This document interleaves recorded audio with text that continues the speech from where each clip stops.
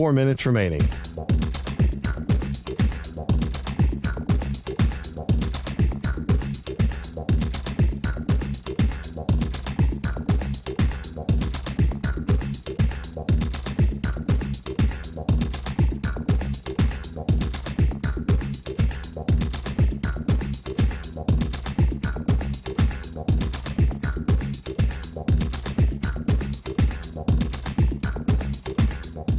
Three minutes, 30 seconds remaining.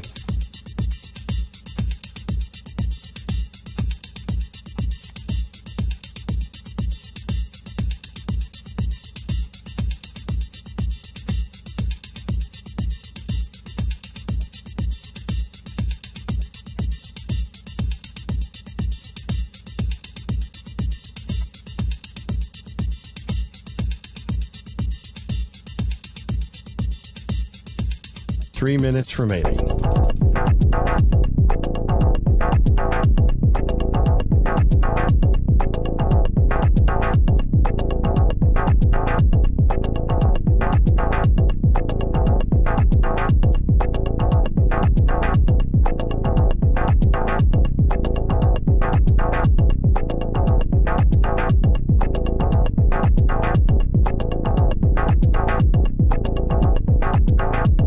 Two minutes, 30 seconds remaining.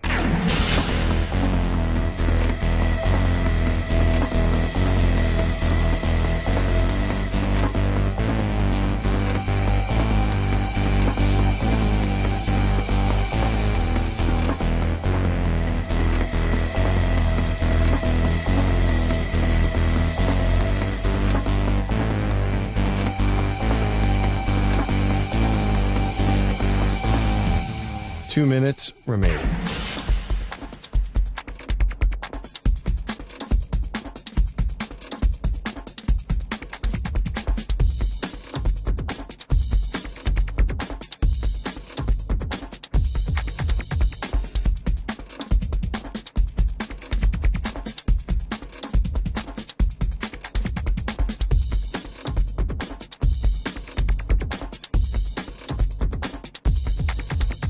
One minute, 30 seconds remaining.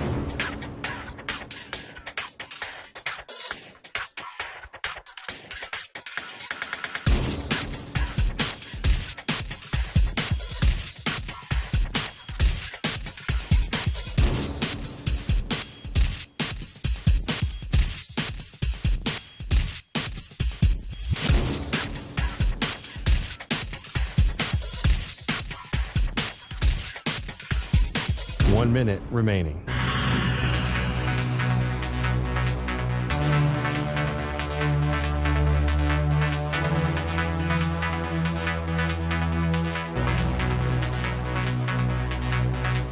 Forty-five seconds remaining.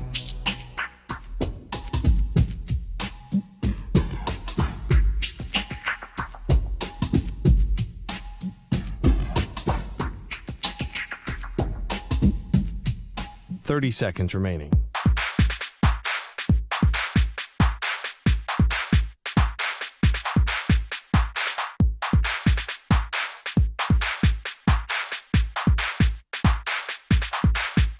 Fifteen seconds.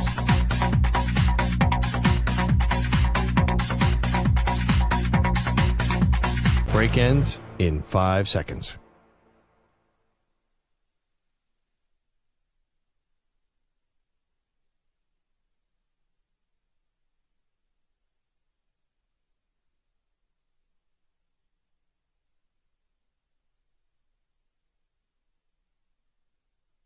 To infinity and beyond.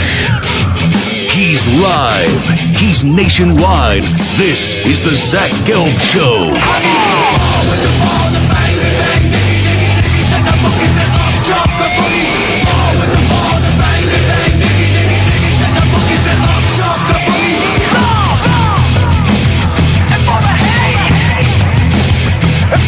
Here's your host, Zach Gelb.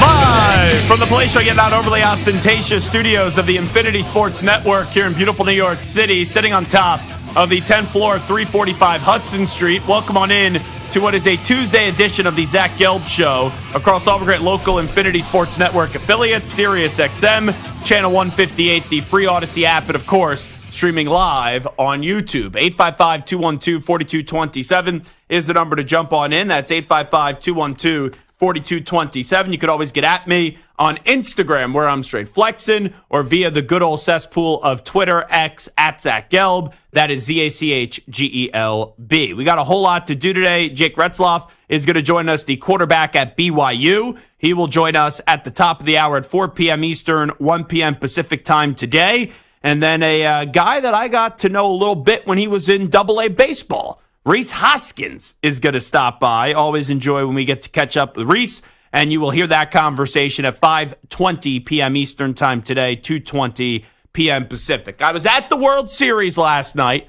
I was 15 rows off the field. I saw that horrendous concert right before the game with Fat Joe. And I liked Fat Joe. But I was thoroughly disappointed with that performance. Now, here's the thing.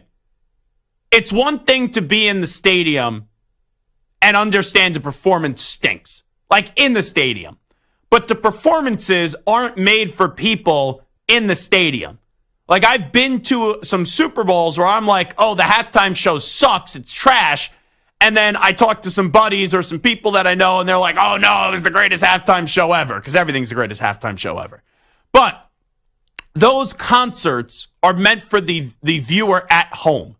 So I turned to the great Pete Morgan of Peerless Boilers, who was kind enough to invite me to the game last night. Longtime friend and has sponsored me for a long time. And he had 2 tickets, took me to the game. It was awesome. We were like 15 rows off the plate. It was great. And I turned to him, I'm like, this concert sucks before the game. And Pete was even mentioning to me how Fat Joe, he goes, he's on the mound with those Tims. And it was going to mess up the mound. And immediately, right when he finished, after the 5 minutes of a disaster of a concert where my ears are like, why'd you take me to this ballpark tonight? You had the grounds crew right away chipping away at the mound to try to restore it. So I did wake up this morning, breaking news. That's good when you wake up. And I watched the 5-minute or whatever, 3-minute little concert by Fat Joe. As bad as it was in the stadium, it was even worse on TV. Because in the stadium, like, they're pumping in noise. They have the sound in the background. But you couldn't really hear his microphone. On TV, you heard his microphone and just how off it was to the recorded songs, obviously, that he's produced. So you know what? I'm actually happy. Even though the game sucked, I had a great time with my buddy Pete Morgan. But even though the game sucked, the building had zero juice. Like, Stu, I get it, you're down 2-0 in the World Series. But the Yankees are bringing out their big gun, and Derek Jeter, it wasn't even a thunderous ovation for Derek Jeter. The loudest that stadium got was actually when they were introducing the Dodgers. The Dodgers. And they introduce everyone associated with the team. It's like enough. It's a little bit too much, but it's the World Series, the first home game for the Yankees in the World Series, so you got to introduce everyone. And there was just a loud, for about 15-second, let's go Yankees chant when they were introducing everyone with the Dodgers. After that, Freddie Freeman said night-night early on. Aaron Judge can't hit water if he fell out of a boat right now. He's batting like 140 in the postseason with 20 total strikeouts. This series is over. You knew that the Yankees had to get one in L.A., but once they dropped both of them, and the series really felt like it was over after Game 1, but no series really over after Game 1. But with the lethargic effort that the Yankees had in Game 2, everyone will bitch about Aaron Boone and how he manages the bullpen. People will talk about the starters. And that has always been a conversation with the Yankees for the last 6-7 years. It's the same old story, though. It always goes back to one thing, and it doesn't take a rocket scientist to figure this one out. You don't need a PhD in baseball to figure this one out. If you can't score, you can't win. All right? That's a very simple thing. And I get it. Giancarlo's had a good postseason. Soto's had a big postseason. But the Yankees lineup isn't deep. The Dodgers lineup, there's not a hole 1 through 9. You exhale for a second, and then there's a ball that's hit into the right field seats over the wall. But the Yankees lineup, they didn't fear Judge early on in the series. You could tell when they walked Soto to get to Judge. and there's no reason to fear him now. But this series, when you look at blame on the Yankees' part, it's really, I know you could say Aaron squared, where it could be Aaron Boone and Aaron Judge, but I think you start with Aaron Judge, as he has just been absolutely abysmal for the New York Yankees. And you know what? I feel good for the Dodgers. I know that they spend like drunken sailors, but I don't fault anybody for doing that. It'd be hypocritical if I did that as a Met fan when I'm going to say, Steve Cohen, go spend Stevie's spend and go get me Juan Soto, please, so I could take a photo with Juan Soto in a Mets uniform. That would be awesome. But the person I feel the best for, in this run is really Freddie Freeman. With what he has gone through with this family, obviously, dealing with the injuries will pale into comparison on the serious family nature. But to see him just mash right now, and he's going to win the World Series MVP, even though I'm a Met fan and Freddie Freeman has tormented me for most of my life. You don't have a heart if you can't feel good, or you're just a Yankee fan, and I understand why Yankee fans wouldn't feel good about this. But, it's very tough to not feel joy for Freddie Freeman. Testing 1, 2, 3, testing 1, 2, 3. I never thought I'd say those words into a microphone. And also, I think the underappreciated story here is really Mookie Betts, which is weird to say.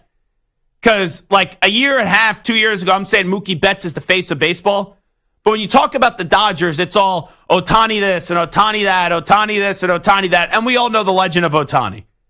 And even though he's not playing at his best, the story, whether it's tonight or tomorrow or somehow this series gets back to L.A., for a Game 6, whenever it wraps up. And I don't think it's going back to L.A. I'd be surprised if it does. But the story is going to be the best player in the game won a World Series. But really, I think there's a bigger story here. Or maybe not a bigger story, but a story to me that is a little bit more of interest. It's Mookie Betts. You look at Mookie Betts now, already won a World Series with the Boston Red Sox. Then the Red Sox made one of the worst trades of all time. The Red Sox have the two worst trades in baseball history with Babe Ruth, Nono Nanette, Harry Frizzy, and also with Mookie Betts. And Betts is now one win away from winning his second World Series with the Dodgers, his third for his career, as that is just a great career that obviously he will be a first ballot Hall of Famer, and he will have his plaque and his memory enshrined in Cooperstown one day from his baseball days. So that's where I'm at right now with the World Series. But yeah, last time I checked, the Yankees still can't hit 8 minutes after 3 o'clock here on a Tuesday early on in our week. Okay, let's get to news today that I don't think it's stunning, but I do think it's a little confusing on why this was made. And until we hear Shane Steichen speak, I think there will be a little bit of ambiguity here. So yesterday, when you had the conversation with Anthony Richardson, and if he's going to be starting on Sunday night up against the Minnesota Vikings, Shane Steichen was as non-committal as a coach could be. And basically, he didn't give you an answer, which told us it would be Richardson or Flacco. But with not saying it was Richardson and leaving that door open and saying we're evaluating everything, it indirectly, or maybe even directly, if you have a brain, just told you that Joe Flacco was going to be starting either this week or shortly after that, or this would be the last-ditch effort for Anthony Richardson. Now, here's what I'm fascinated by. Why, when you looked at this move and this move was made, why was it made?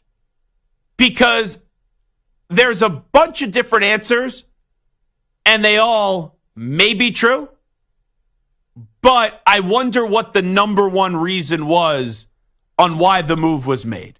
So here are the possibilities. One, after getting in front of the media the other day, when you take yourself out of the game because you're tired and you're the quarterback and you're supposed to be the leader of the team, did the locker room lose faith in Anthony Richardson? Like, is this move driven because the locker room lost faith in Anthony Richardson? There's a question.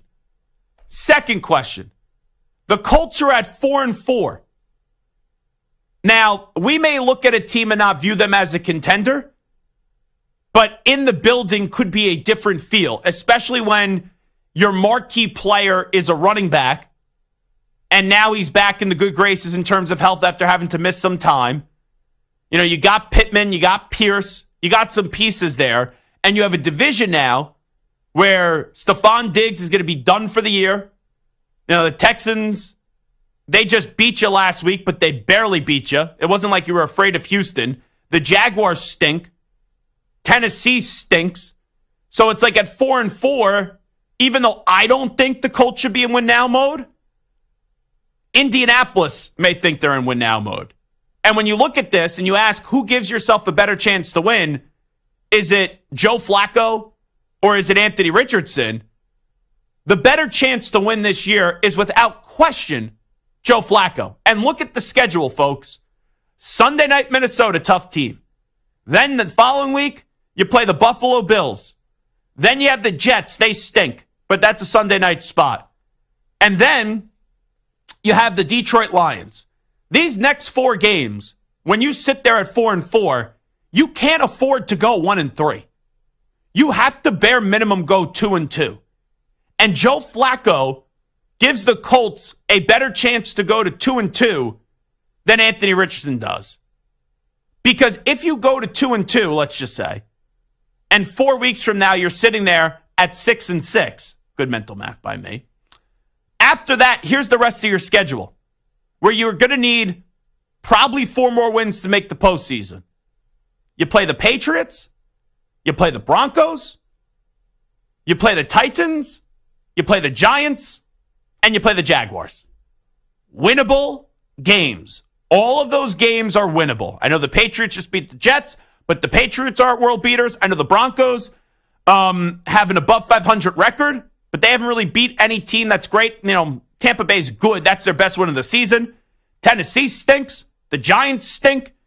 And Jacksonville, at least that game's not in Duval because you already lost there once this year because you can never win in Duval with Indianapolis.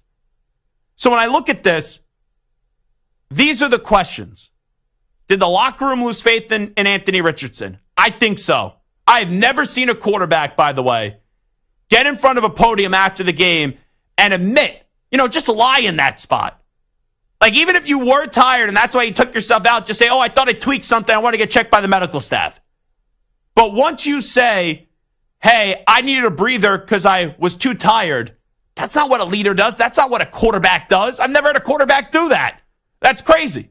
So there's probably guys in that locker room that are like, what the heck is up with this dude? He's the first round pick, top 10 pick, but he hasn't been able to stay healthy. He's out of shape, and he's shown us nothing on the football field outside of like 3 throws because he's a social media quarterback.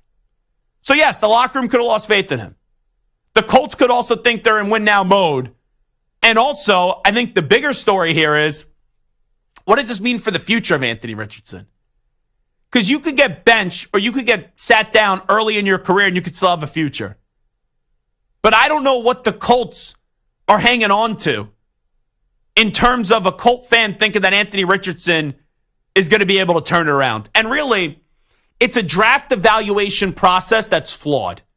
Because there have been some guys that we see them make a few throws and they have the arm strength and they have the athleticism and they don't put enough of it on tape. But since they've done it for a minuscule amount of times and a few times we say, if they could put this all together, this guy could go on to be the next Patrick Mahomes or this guy could go on to be the next Josh Allen. And Josh Allen's a prime example because Josh Allen wasn't great to start his career. He had accuracy problems, and then boom, he put it all together.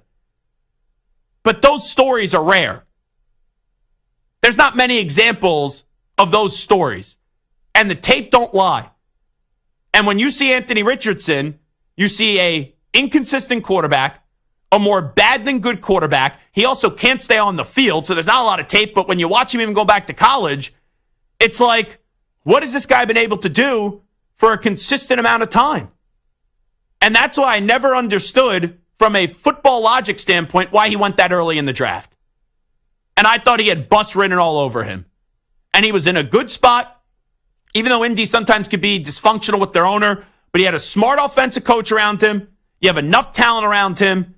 And this dude not only lost the team on the field, but he lost the team with what he said off the field as well.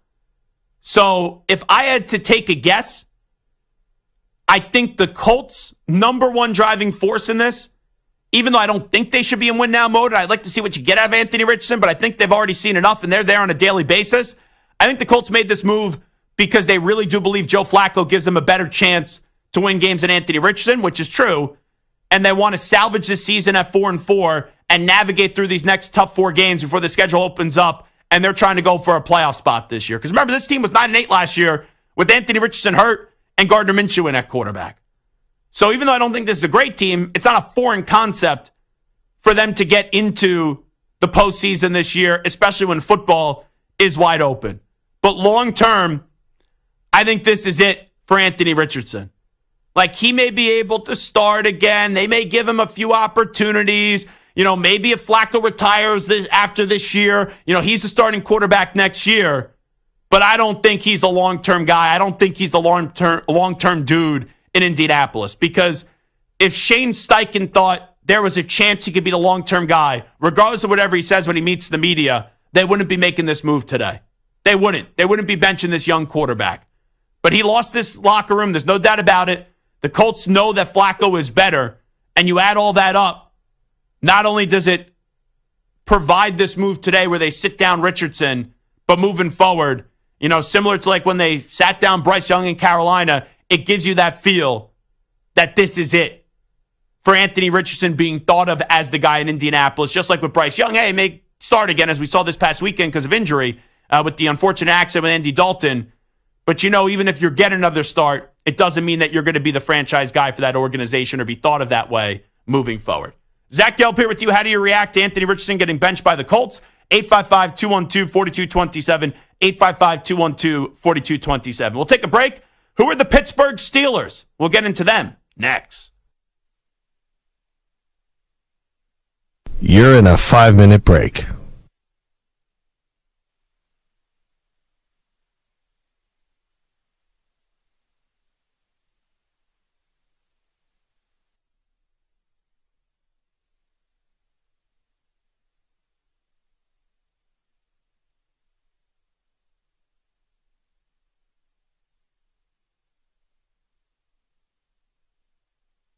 Four minutes, 30 seconds remaining.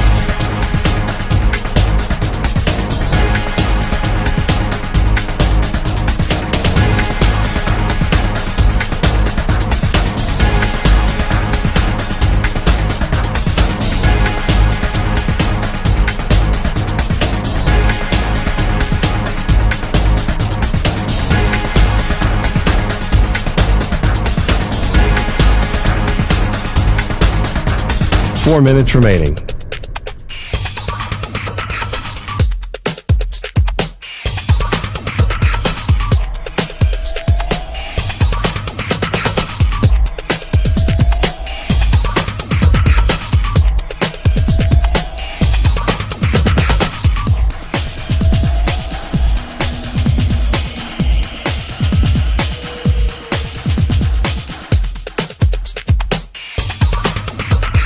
Three minutes, 30 seconds remaining.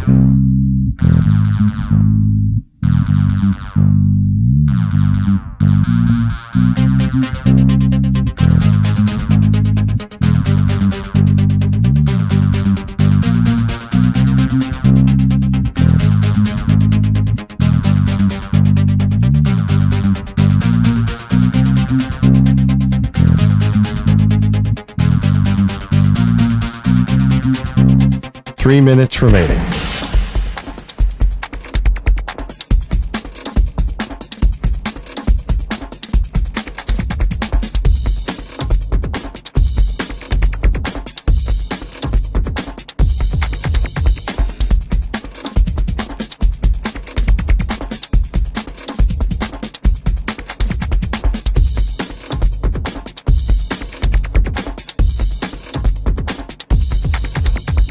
Two minutes, 30 seconds remaining.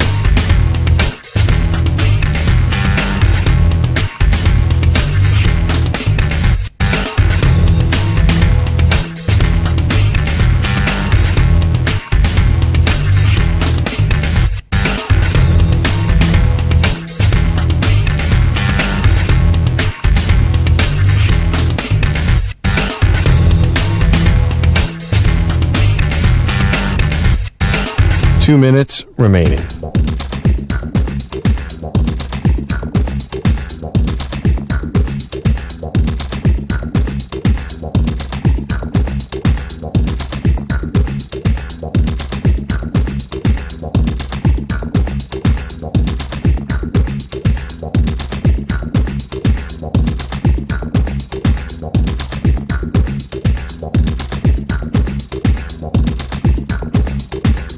One minute, 30 seconds remaining.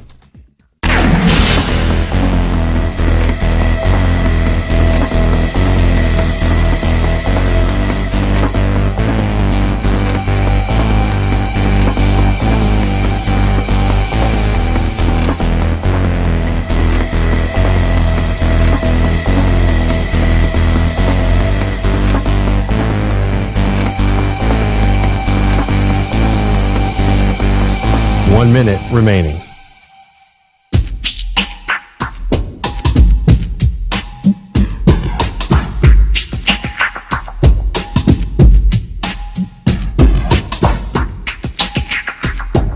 Forty-five seconds remaining.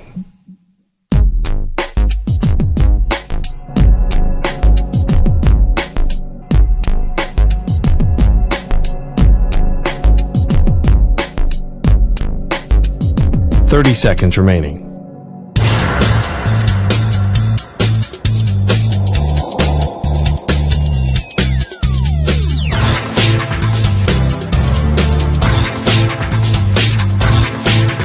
Fifteen seconds.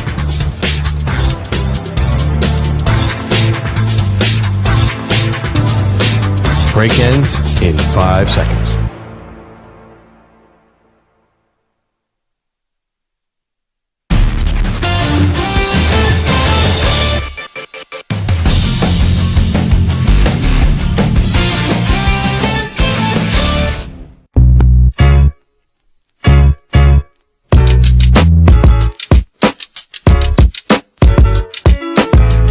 Welcome back to the Zach Gelb Show on the Infinity Sports Network. Alrighty, this is Zach Gelb Show on the Infinity Sports Network. You want to know how bad it was if you are a Yankees fan last night being in that stadium? So my buddy Pete Morgan, right, big Yankee fan, and we had a great time at the game outside of the actual game for Pete. Now, Pete is also a huge New York Giants fan still. So the game is so boring, and the Yankees, and Pete played college baseball, so he's like a big baseball guy. But he lives and dies by the Giants as well. So there's no reason to cheer or get excited last night with how the game was going. Like, even when it was 4-0, it was out of reach, but it didn't feel like it was only 4-0. It felt like it was like 12-0. You know, I was crazy. Like, I turned to Pete, I go, it's only 4-0. It feels a lot worse. You know, one swing, and the swing came too late with Verdugo hitting him with 2 outs in the ninth, and he popped a 2-run jack to right. But it's just one of those moments where it's like, wow, that's how gloomy it was in that building, you know, being Yankee Stadium, and how a 4-run deficit felt as if it may as well have been 100-0. So I look over, and I see Pete is on his phone. We're at the World Series, for crying out loud. But it was so boring, the game on the field, Pete popped up on his phone the Giant game. And the Giants-Steeler game, I never thought the Steelers were going to lose. But it's crazy, like, how the Giants were not good in that game. You know, offensively, Jones was fine, but when the big moment happens, of course, he turns over the football. How many drops the Giants had, like, that was just a real sloppy game. You knew the Steelers were going to win. And I'm not saying that game was entertaining, but if you had to pick what was more entertaining, even being in the stadium at the World Series, it was more entertaining watching and seeing the highlights and, you know, the delayed feed of Giants Steelers on an irrelevant, let's be fair, Monday Night Football game to wrap up week 8 of the season. Like, that's how boring the Yankee-Dodgers game was last night. When Freddie Freeman hit that home run early on in the first, the game was pretty much over, even though there was still 8 more innings of baseball to play. So I wasn't fully locked in and engaged on every play, of the Steelers-Giants game. So, Stu, let me just ask you if kind of my opinion of the game and some of the highlights that I watch is accurate. In that the Steelers' defense is good. TJ Watt, obviously, when the game is on the line, he shows why he's the best defensive player in the NFL. But the Steelers, even though their record is 6-2, and you may look at it and go, oh, how about the Pittsburgh Steelers? They're a pretty damn good team at 6-2. My view of the 6-2 Steelers is that they're still a misleading, fraudulent football team where their record isn't as good as it indicates what this team should be. And that's kind of been the same song and dance the last 5, 6, 7 years with the Steelers. When the defense is really good, the offense isn't on the same page. When the offense is really good, the defense isn't on the same page. And defensively, like, they're good. But offensively, like, they're fine. You know, the offensive line is nothing to jump up and down about. Now, Pickens, it's an emotional roller coaster ride type of player. Freiermuth is a solid tight end. We all know that. And you look at the run game, like, they got solid running backs. And the quarterback, you know, even though they've handed over the baton to Russell Wilson, you know, the quarterback is fine. He's not great. He's not trash. He's not good. He's not bad. He's just like another guy. And I know they had the big special teams play last night as well. But, like, I look at the Steelers, and people are like, oh, we got to start talking about the Steelers as a contender. They're 6-2. Why? We've seen the Steelers be undefeated before, and you knew that they were fraudulent. And the Steelers, to me, are going to be a team when the lights are shining down the brightest, and they're in the postseason, maybe at best, the Steelers win a playoff game. But they're going to be playing wild card weekend, and we've seen since the 2016 season, you know, the Steelers don't win playoff games. It's just a fact. They haven't won a playoff game since the 2016 season. Think about that. For the Steelers, who are always in the mix, they're never bad. Even when they have a great record, you know they're not great. They're just one of those teams that should be in the playoffs. In all likelihood, will be in the playoffs. But there's not a team, really, if they get the Steelers on a wild card weekend, you know, even if that's a home game, let's say the Steelers win the division, and even if that's a home game, there's not people really walking into Pittsburgh like they used to be walking into Pittsburgh, afraid to go into the terrible towel country and afraid to play the Steelers. The Steelers are just a team now. They're not garbage. They're not great. They're not an elite team. They're an elite brand, but they're not an elite team. But they're just kind of one of those teams that from the outside, right, they always look really good. But you know that they've had a lot of work done to make them look good, and down to the root of their core, they're not this phenomenal football team. You know, it's like, you know what they truly are when push comes to shove, and they will ultimately show that one time. Like, I can't sit here and confidently say the Steelers are going to win a playoff game right now. So, Stu, from afar last night, being at the Yankee-Dodgers game and seeing some of the Steelers-Giants game, that's kind of my take on the Steelers. Good that they got the win. They're 6-2. You know, through the first 8 games, they're better than what I would have thought in terms of a record standpoint. But I'm not going to be sitting here today waving a terrible towel with my pom-poms out and basically saying, oh, here we go. Steelers are going to the Super Bowl. No, that's not happening for me. If they're playing on divisional round weekend, they would be lucky knowing the history of this team ever since the 2016 season. Yeah, they're definitely in that group of teams. Like, I would say, like, the Vikings are probably in this group. Maybe, like, the Falcons. There are a few, like, maybe 5 teams where you just don't. The Chargers might also be in this. Like, you don't. Mm-hmm. They have good records. They might make the playoffs, but you don't. Like, I don't think they're making a run. Like, they're not beating the Texans. They're not beating the Bills. They're not beating the Chiefs. Yeah. Like, they'll make the playoffs. Like, probably. even if they got to an AFC championship game, I'm not feeling like they're going to. You know who they remind me of a little bit? Remember when Tennessee a few years back got that AFC championship game? Yeah. Even when they were up, I think they were up like 10-0 in that game early on against Kansas City. You knew that Tennessee wasn't advancing to the Super Bowl. Like, there's just limitations with that team. And so, like, if the playoffs started today, these would be your 7 playoff teams. Chiefs, Texans, Steelers, Bills, Broncos, Ravens, and Chargers. Out of those 7 teams in the AFC, Chiefs we could all see get into the Super Bowl. I like C.J. Stroud, but after losing Stefon Diggs, we'll see when Nico Collins comes back. Stroud, just a few weeks ago in a big game had under 100 passing yards.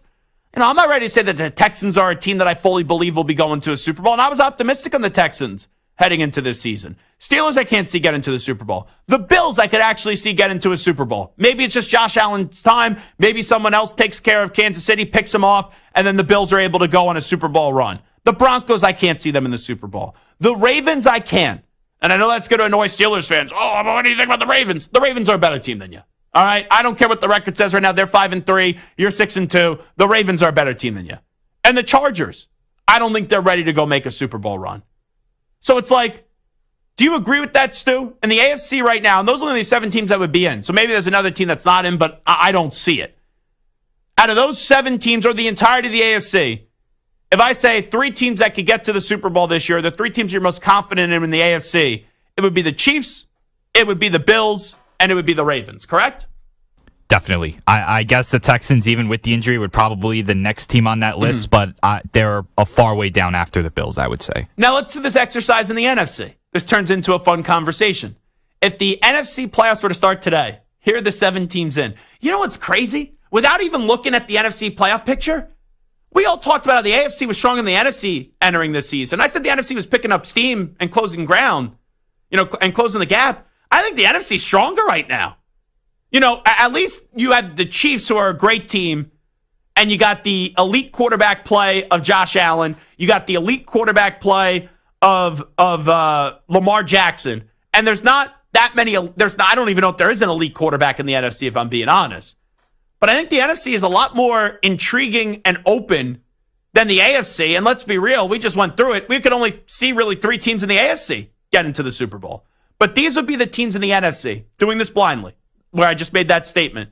These would be your 7 NFC playoff teams right now. Lions would be the 1. Commanders would be the 2. Falcons 3. The Cardinals right now win the NFC West in at 4. Packers 5. Vikings 6. Eagles 7th. And then I'll give you like your first 4 teams out. Bears, Bucks, 49ers, and Seahawks. You have the Rams at 12th. The Cowboys at 13th.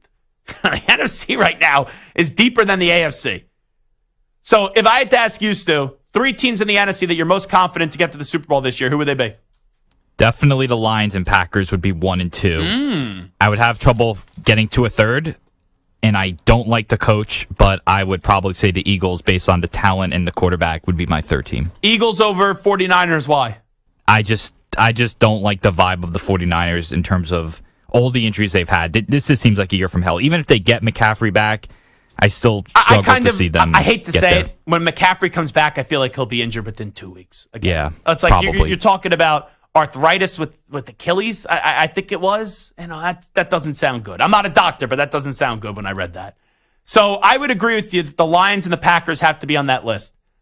And I think for most people, the 3rd spot would be a conversation between the Eagles and the 49ers. And when you say that, the Eagles right now are the 7th seed, the last team in, and the 49ers would be out of the postseason if the postseason was to start today. So how far do you think, if everything goes right for the Steelers this year, Stu, as this was the genesis of the conversation, how far could you see the Steelers going if everything goes right? If everything goes right, I think they get to the second, the divisional weekend, if you will. Okay. I don't think they get past that. I don't think they can get to the AFC Championship game. All right, it is the Zach Gelb Show on the Infinity Sports Network. We will take a break. When we come on back, it is a Tuesday, so we will get to some superstar shout-outs next. We'll get to a player in the NFL, a player in college football, a coach in the NFL, a coach in college football that we want to highlight. But first up with the latest sports flash, the Ackman, Rich Ackerman. Infinity Sports Network Sports Flash. Well, Progressive is proud to support veterans and small businesses with their annual Keys to Progress vehicle giveaway program, helping our heroes drive their lives forward. Learn more at keystoprogress.com. The Texans have suffered a couple of big hits to the wide receivers. First, Nico Collins went down, and now Stefon Diggs is done for the year with a torn ACL. The Panthers are reportedly sending Deontay Johnson to the Ravens with a 6th-round pick for a 5th rounder, and the Colts are making a big move, benching former 4th pick overall Anthony Richardson. They will start Joe Flacco on Sunday. Game 4 of the World Series tonight with the Dodgers on the verge of their 8th championship, up 3-0 on the Yankees. 24 times a team has faced such a deficit. None has ever come back to win. Of course, the Red Sox became the first team in baseball history to rally from 3-0 down to beat the Yankees 20 years ago. Dave Roberts had a key moment in that series. The Dodgers manager isn't about to get overconfident now. We have got to stay focused, stay urgent. I think offensively, to be quite honest, we left a lot of runs out there tonight. Still found a way to win a ball game, and there's just got to be urgency. The Dodgers will go with a bullpen game tonight while the Yankees send Luis Gil to the mound trying to prolong their season. I'm Rich Ackerman. The Infinity Sports Network is on your smart speaker. All you have to say is play Infinity Sports Network.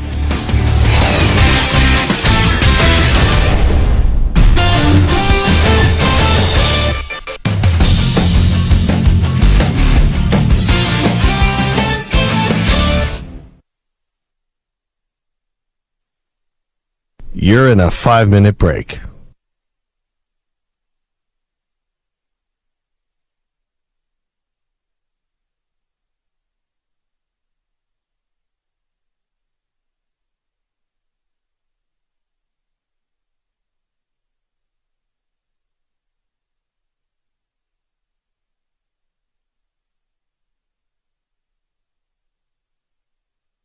Four minutes, 30 seconds remaining.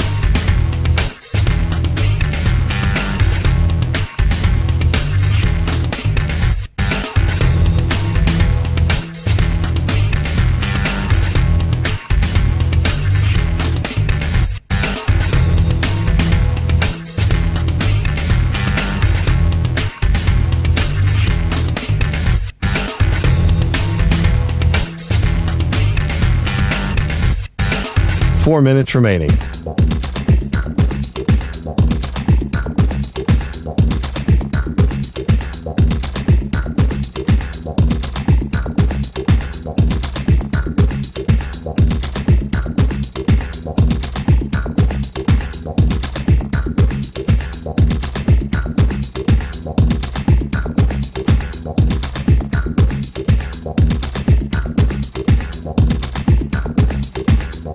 Three minutes, 30 seconds remaining.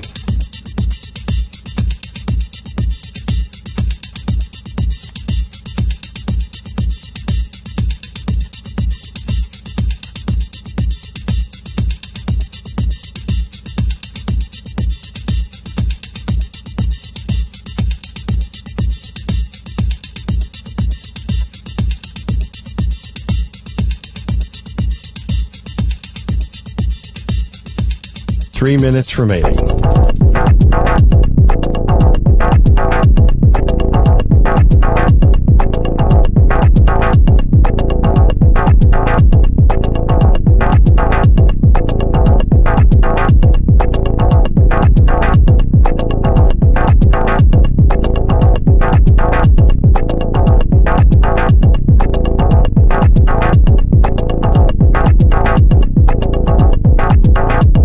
Two minutes, 30 seconds remaining.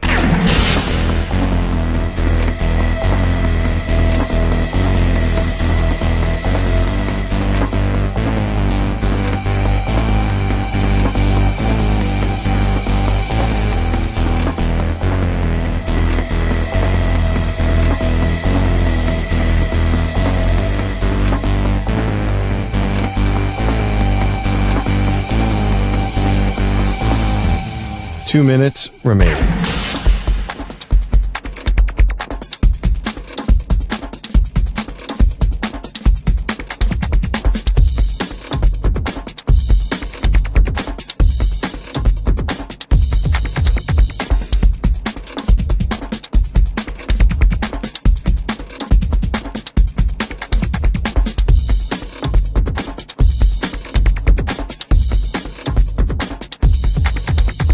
One minute, 30 seconds remaining.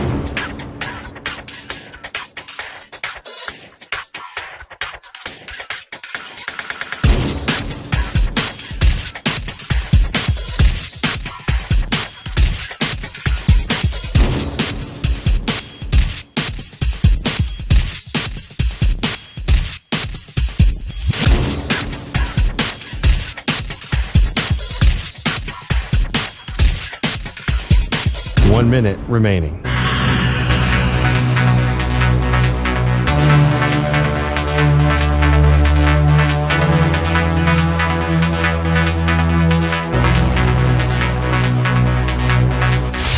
Five seconds remaining.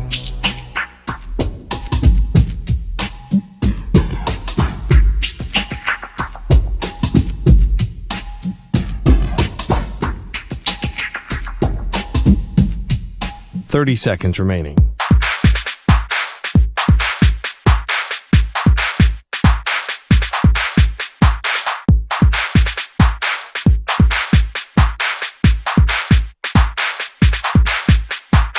Seconds.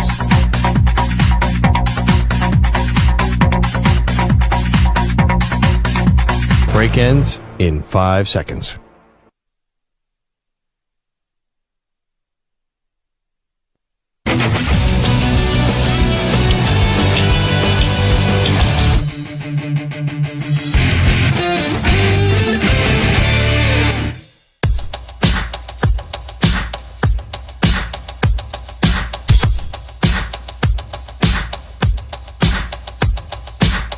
This is the Zach Gelb Show on the Infinity Sports Network.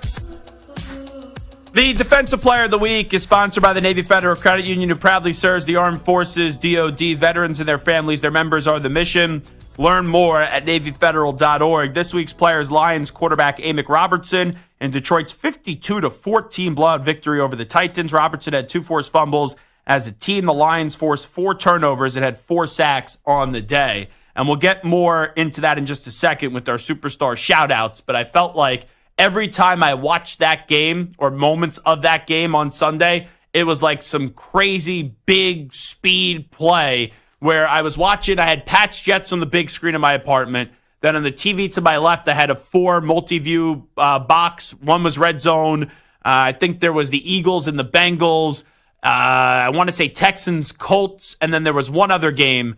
It was Ravens-Browns, I want to say. It was in the 1 o'clock window. So that was the games that I had on. And then I had an iPad up with the Lions and the Titans. And that game was close early. And you knew, like I said on Sunday, that the spread is Lions laying 11, which I took on the air.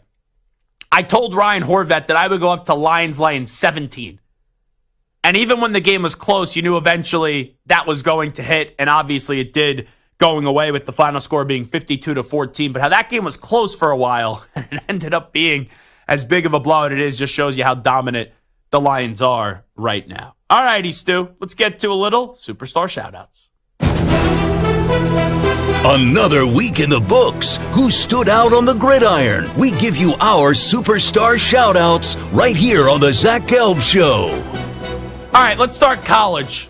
We will go to our college football player first. Stu, I'm going to mention a player for the Lindenwood Lions. His name is Steve Hall.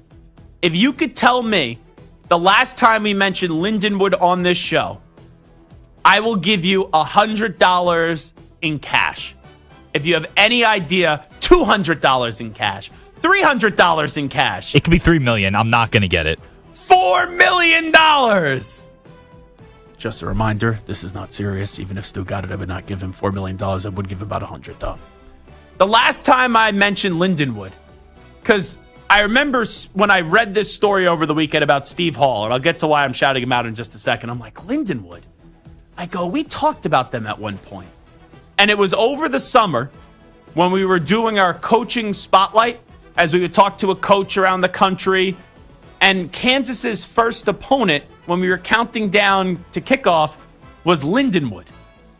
And that's when I looked at the Lindenwood schedule. I was like, oh, we had Lance Leipold on, and we were talking about the opening game, Kansas against Lindenwood, which Kansas ended up winning 48-3. It hasn't been a good season for the Jayhawks, though. But in this game, Steve Hall, as Lindenwood, the Lions beat the Western Illinois Leathernecks. That's the name of that team. Okay. I've never heard of that before. But Lindenwood with Steve Hall, 13 carries. I almost did a double take when I heard Kevin Nagandi mention this, Temple guy. 13 carries for 259 yards and 4 touchdowns. Here were the distances on his 4 touchdown runs. So he had a 75-yard touchdown run, then a 12-yard touchdown run, and he had a 93-yard touchdown run as well. He opened up the game. I missed his first one with a 9-yard touchdown run.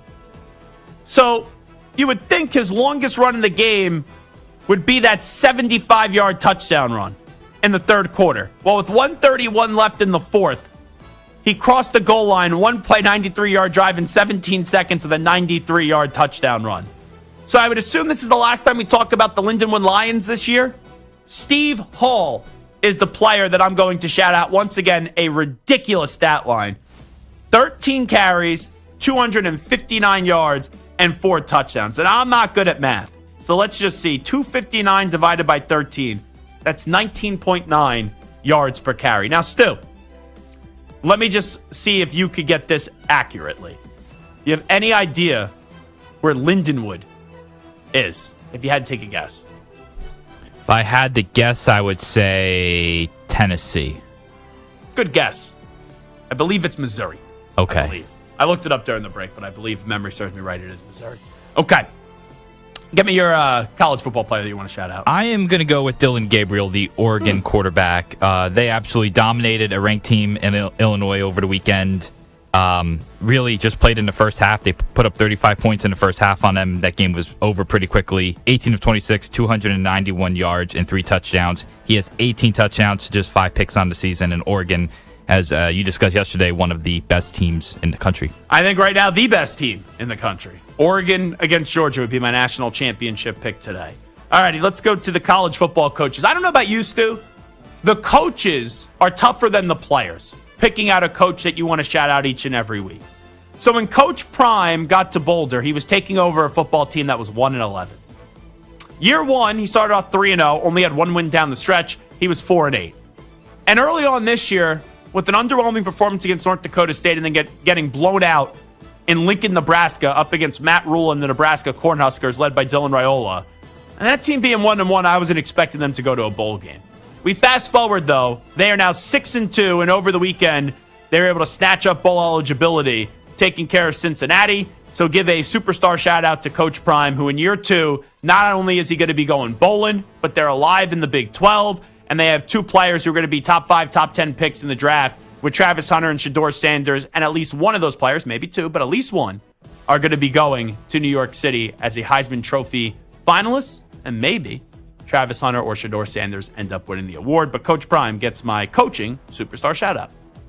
All right, I'm going to go with someone who I believe you nominated a few weeks ago, but I just think that this team has done a really good job, especially over the last 6 or 7 weeks, and that's Mike Elko at Texas A&M. Now 7-1, undefeated in the SEC.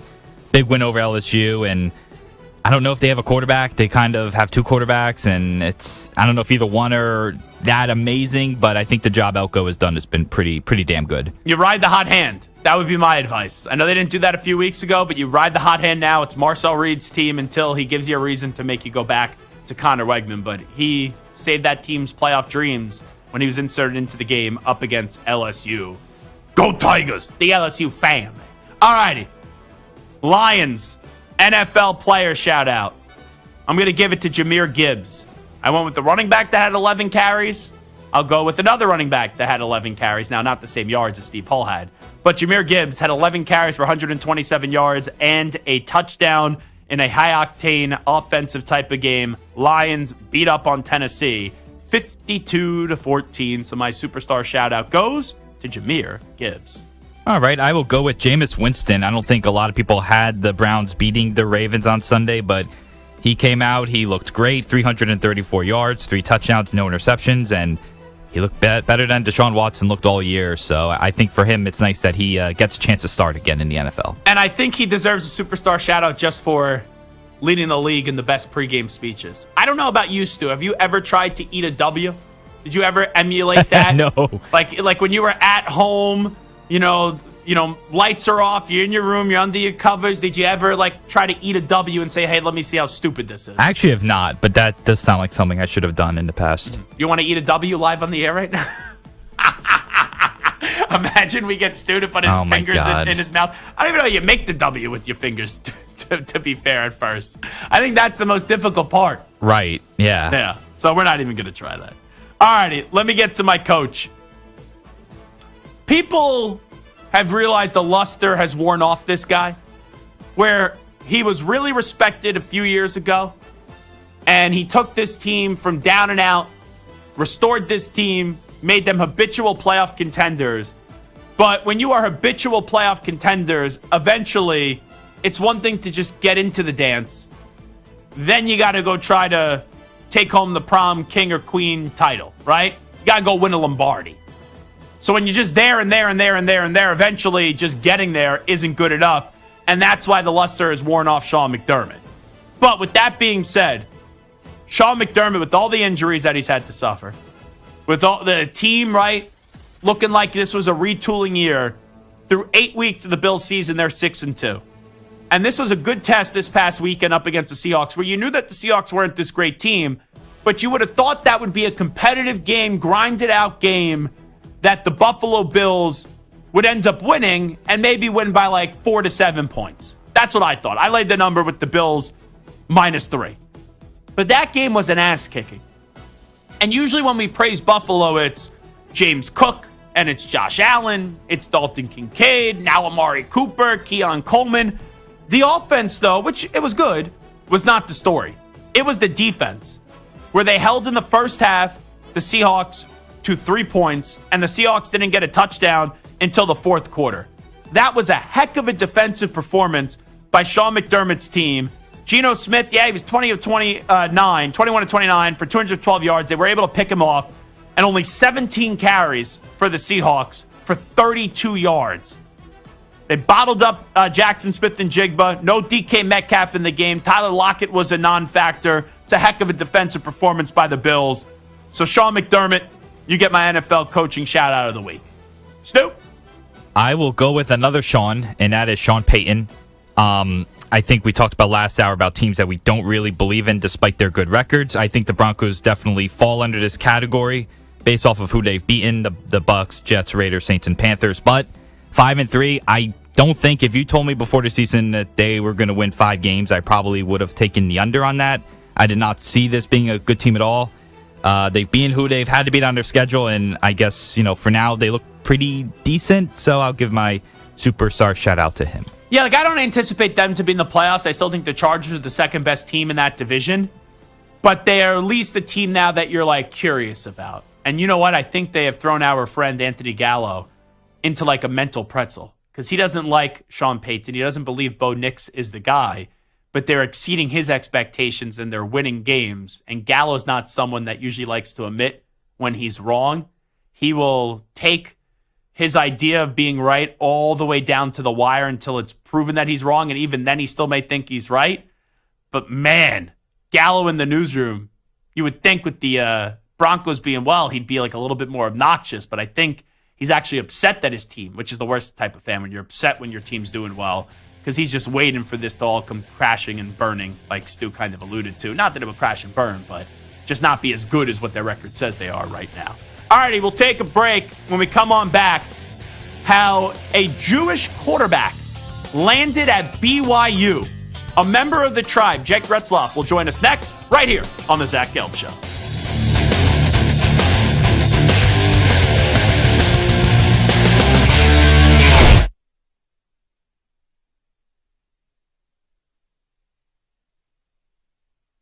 You're in a 5-minute break.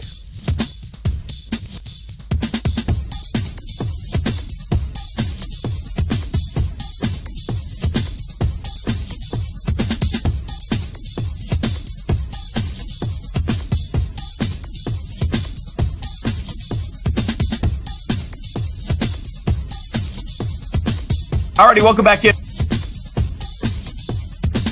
4 minutes, 30 seconds remaining.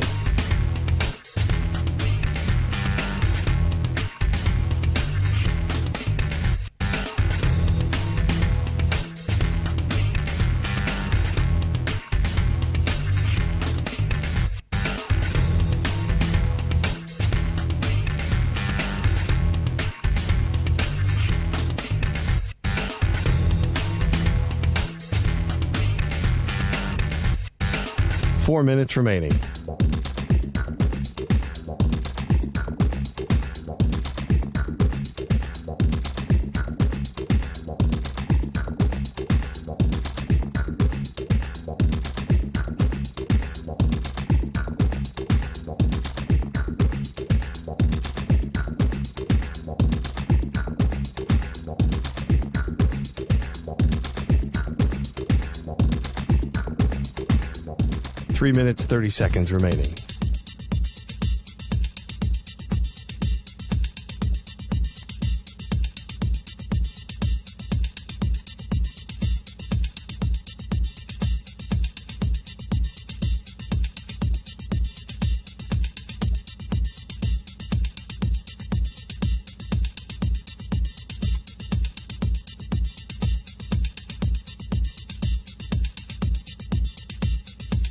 Three minutes remaining.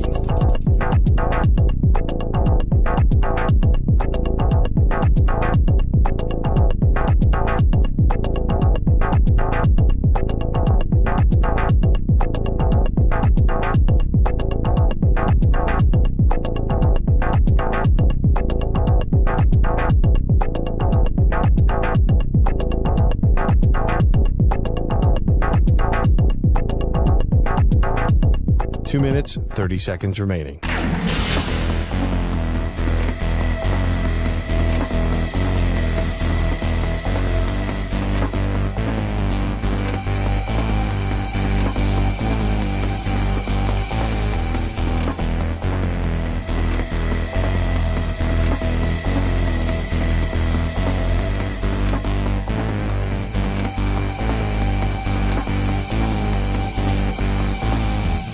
Two minutes remaining.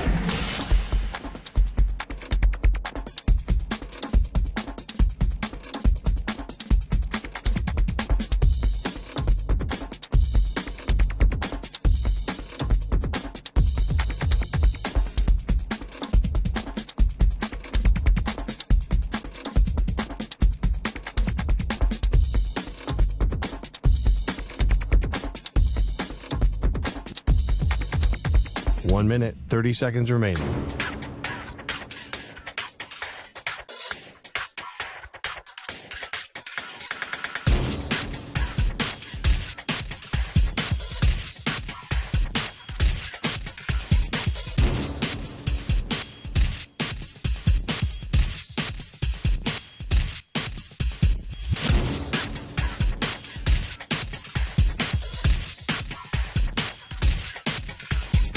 One minute remaining.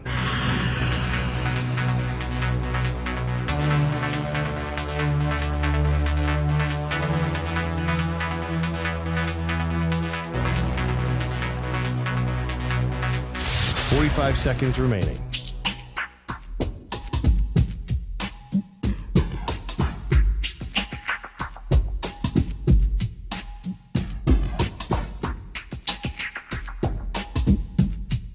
Thirty seconds remaining.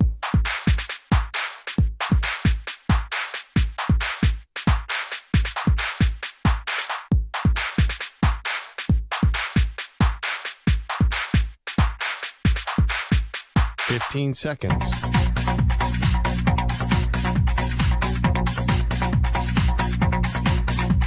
Break ends in 5 seconds.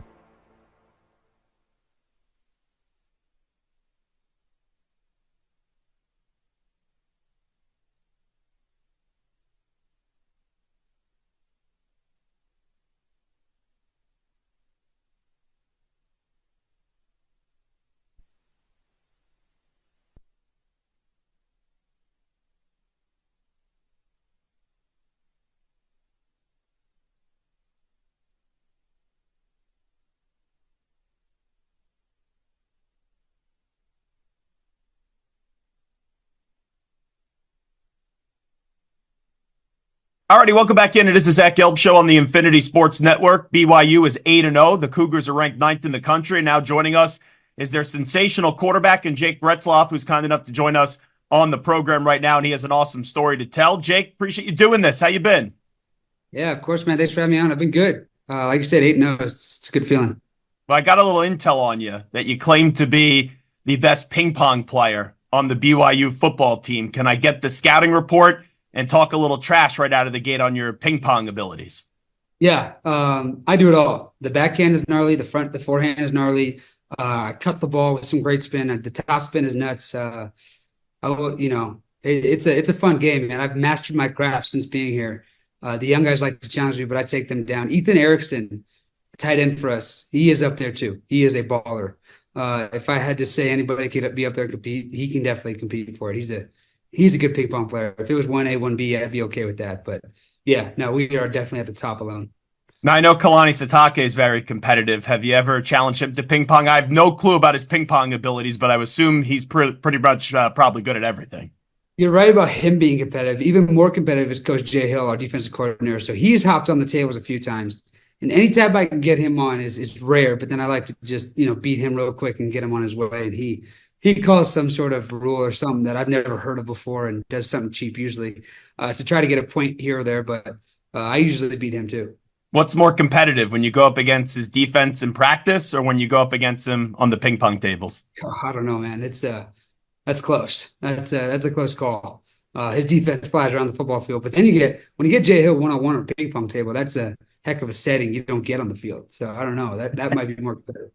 Jake Retzlaff here with us. A fun start to this conversation. So there's so much to your story. Let me start you off with Golden West College and Riverside City College. What did you take away from those two stops in your journey? Looking back on it, it's nice to have a little hindsight, right? Hindsight's 2020. And so just being able to see like that I was putting in the hard work and it did pay off. It's the delayed gratification is easier for me now than it was in junior college, because in junior college you're doing everything you can all the time and doing things that you don't feel like you should have to do. And so that junior college is a grind like no other. Anybody who's been through that route and is a JUCO product and got out and got to this level, I got a lot of respect for that because it takes something else to persevere through that. And so takeaways, man, like I said, it's just that being able to just know that I'm putting in work and it's going to get realized at some point. And it's nice to know that the work I put in has paid off in a lot of ways. Yeah, you're such a resilient human being. And I know that, right, you had to deal with COVID like everyone else did. But for you, it was when you're in high school and you're getting recruited. Just how discouraging was it initially when the big schools didn't really come your way, or, the big time programs weren't all in on Jake just because of the path that, even though it worked out for you and you're at a place now where you're successful, but initially there were some bumps in the road to get to where you are today? Yeah, and it wasn't even, it was more than that. It was like, not only was it the big schools that didn't want anything to do with me, but it was the little schools that didn't want anything to do with me. It was no school wanted anything to do with me. There was no opportunity put in front of me other than like the only opportunity that was actually put in front of me was a walk-on spot at Utah Tech. Wow. Where I was told I would never be able to compete for the job. Huh. That was the only opportunity put in front of me. And obviously that's a horrible opportunity. I'm not going to go to a place, that doesn't value me and just has me on the roster. I'm going to go to a place that values me. And so junior college valued me way more than that. And so that was a decision out of high school. And, I played at Corona Centennial, which is a really, really, powerhouse Southern California football team. And our head coach, Matt Logan, who's a mentor of mine and just an incredible human being, he was trying to pull strings with me to places that, would love to have me now, I bet. Like, I think Northern Arizona, we were begging for a walk-on spot there. And so that's just two opportunities that I didn't even get. And now, so being at BYU is just incredible. And it's the reason why I wouldn't have it any other way. Just being able to go through the journey of junior college. Junior college, I had some fun times that I'll never forget. I had some hard times too, like you said, but there was also some really fun times that were worth it in the end. Sometimes when you're getting doubted, like down deep, you know who you are and you know what you're capable of. But when the outside world or other people that are controlling those decisions don't see it, you probably doubt yourself a little bit. Like, how confident were you back then when you weren't getting the looks that you wanted, that, hey, I could go on to be, a top quarterback in college football one day? Yeah, I mean, for me, it was just about getting on the field somewhere and playing. The passion for the game was what drove me, where some people might have been the passion to play at the highest level, passion to go to the NFL. For me, it was the passion to just purely playing the game. And so continuing my career in any way I could. And that's why I found junior college. Like I knew I was a good quarterback. I knew if I went to junior college, I'd win a starting job and I'd have a good opportunity to play and put my talents out there for people to see. But for me, it was just, I always wanted to play ball. And I mean, I played every sport growing up, football, basketball, and baseball, lettered in all three in high school. And so it was just about getting on the field and playing another game. And yeah, I felt like I could play those places that turned me down. And I felt like I could have starred there. But at the same time, man, when you get shut down like that, you're right. You look inside and you're like, man, am I good enough? And so there are those days, especially during the COVID times and during the JUCO times, where you're just like, man, this is hard. This is really hard. But like I said, it was the passion for the game that kept me going, man. I just always want to get out there and play. And once I was on the football field, once all the noise outside was silenced and I was on the field, man, that was the serenity for me. And that's where I felt, most at home and comfortable. If I would have told you 4 years ago that 4 years from now you'd be a quarterback on a top 10 ranked team and undefeated 8 weeks into the season, what would you have told me? Would you have believed that? I don't know if that I would have, to be honest with you. I definitely, would have said, whatever, just get me to a place to play. 4 years ago, you're talking about that's the end in high school, and I'd be like, well, whatever, man, I just want a spot to play on a team. I don't need all that, I would say probably, but it's been a blessing, man, to be able to be here. And this team is the best, best team I've ever been on. And these guys are awesome. The way they approach the day, the way they approach the game, and the way they approach life. And it's been so fun. And I'm blessed to be where I'm at.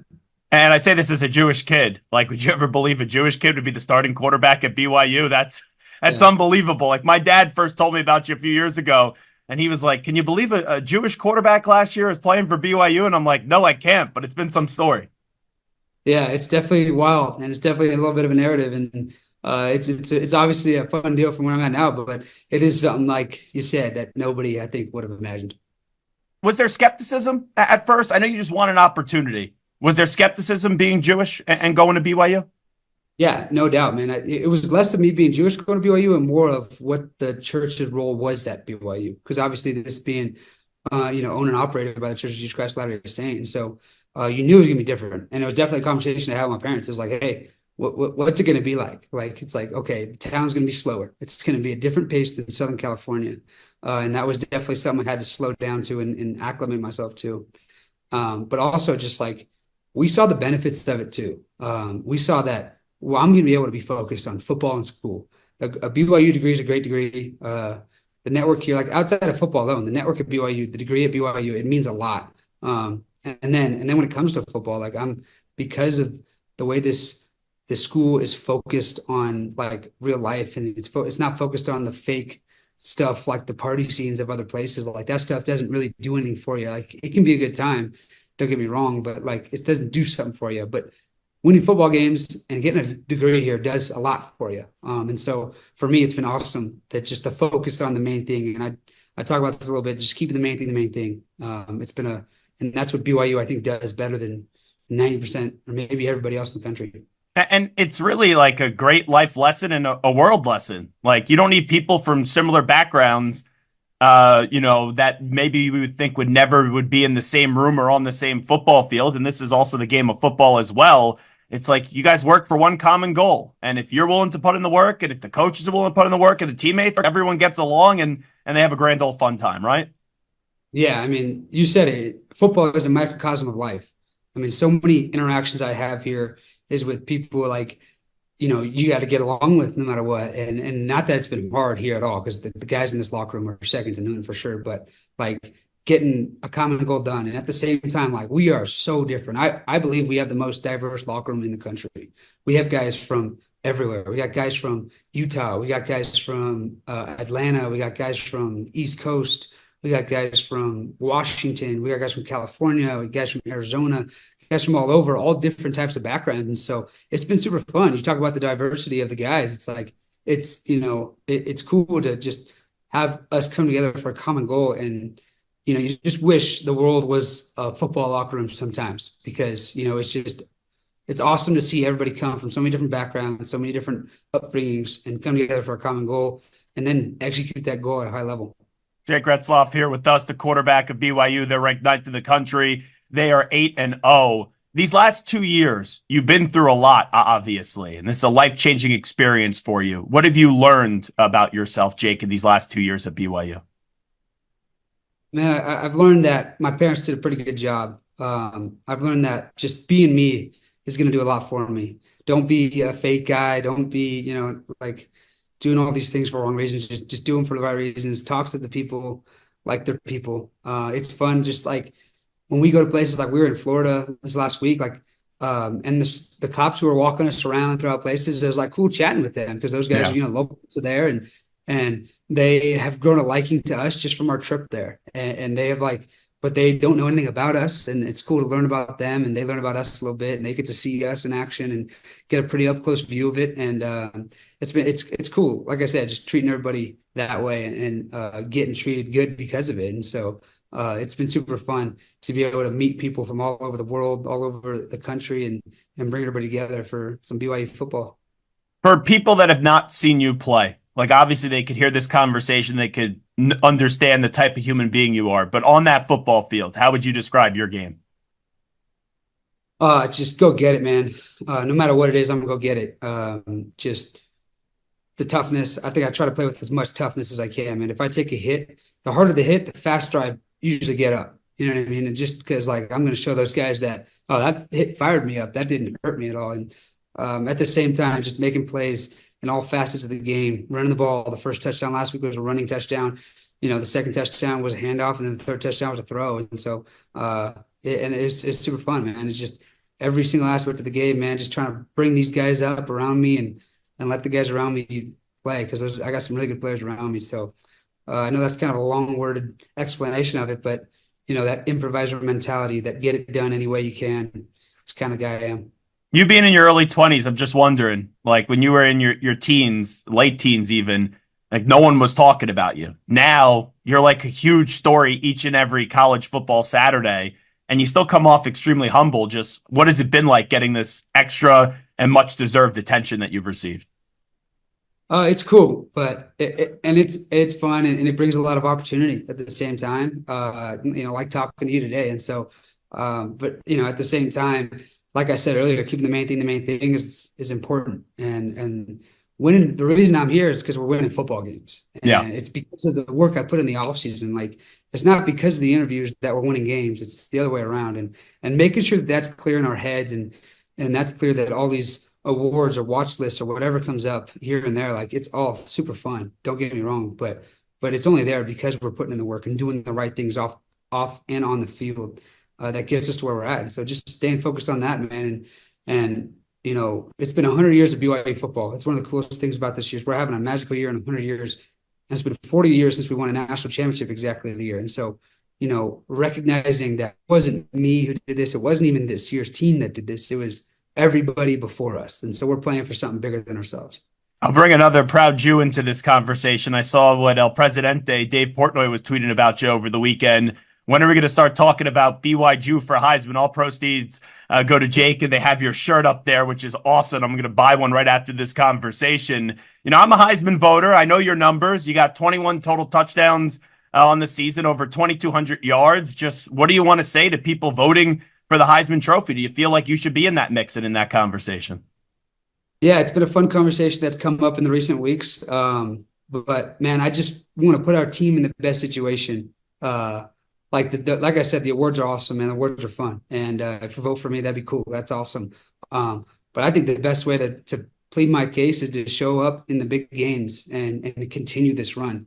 Because it turns out the Heisman winners are usually taken from the best teams and the teams that do the best. And so if I can put this team in the best situation, then that'll give me the best chance for some postseason awards, which would be super fun. But yeah, man, I'm just trying to get this team to the next level and every week get better and better. I know you said you want to keep the main thing. I know what that means, but like, even when you repeat that message, your brain naturally has to wander to the college football playoff and what it would be like, maybe even playing in the NFL as well. Like, just from the human side of it, have you thought about those things? Like, it has to be, just natural for that to pop into your mind, with it already being towards the end of October and November right around the corner. Yeah, there's no doubt it's natural. There's no doubt that maybe it's been, came up in conversation even, but it just comes back to like thinking about something like that. It's like thinking about how I got to BYU. You know what I mean? Like, thinking about playing at BYU is not what got me to BYU. It was putting in the work. It was playing the JUCO ranks and winning those games and winning those weeks of practice. And so for me, I love the process as much as anything. And so I love going through a Monday practice, which is mostly just a walkthrough. And then I love going through a Tuesday practice. We call it Bloody Tuesday. And that's a hard practice, man, because your body's not fully recovered yet. And yet you still got to go hard. We go, ones versus two. We go crossover offense versus defense. And then there's some scout work towards the end of the day. And then Wednesday is more scout work and it's refining all of the things for the game plan. Thursday is more of a glorified walkthrough, Friday walkthrough, and then Saturday game. And like, I love that journey throughout the week. And that's the season, man. That is the season. We are 8 games in. We got to go play game 9 in a couple weeks. But it's going to take game 9, 10, 11, 12, 13 to get to that playoff. And so when I think about the playoff, I think about the opportunities in front of me right now that are going to help me put myself in the best situation to get there. So like you said, keeping the main thing is easy when you're talking about the process, because I could talk about how I would love to go to the college football playoff and turn up and do great things, but how do I do that? And that's going back to, I got practice this afternoon and we got to perform in practice, and you know what I mean? And so I love that mentality. It always brings me back. You can let your mind wander. It's healthy to let your mind wander. Actually sitting in kind of silence for 15 minutes a day is a good thing. And just thinking is a great thing. Your imagination is super powerful. But when you still have the same mindset, it just brings you back to where your feet are. And that's what I love about what Coach Kalani is teaching here and what this culture and what this team is doing every day. Because I don't think I've been around a better group of individuals that attack every day for what it is than this team. Well, enjoy the bye week, enjoy practice, and I know you got a tough one next week up against Utah. Before we let you run, Jake Retzlaff, do you have your Star of David on you, just wondering the chain? Yeah. It's a cold day, so it's underneath the hoodie. Mm-hmm. But I always got it, man. I always got it on. I usually you do jersey swaps. Maybe we'll do a chain swap. I got my 10 Commandments right there. My fat fingers are covering it, but that was my grandfather. But hey, I appreciate the time. Your story's a whole lot of fun, and good luck and keep kicking ass the rest of the way. Appreciate it, man. Thanks for having me on. Appreciate Jake's time today. Wonderful conversation. A lot of respect for him. We'll take a break. We'll come on back. Stefon Diggs out for the season.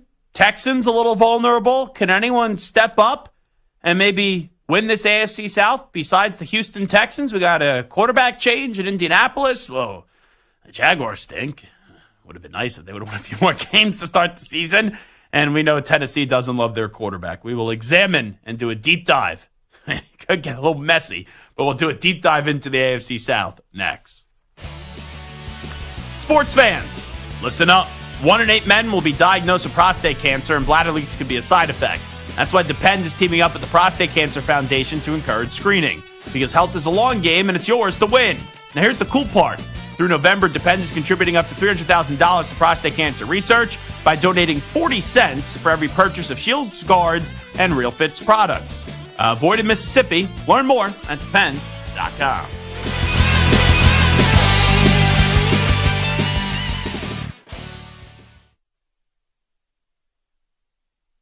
You're in a 4.5 minute break.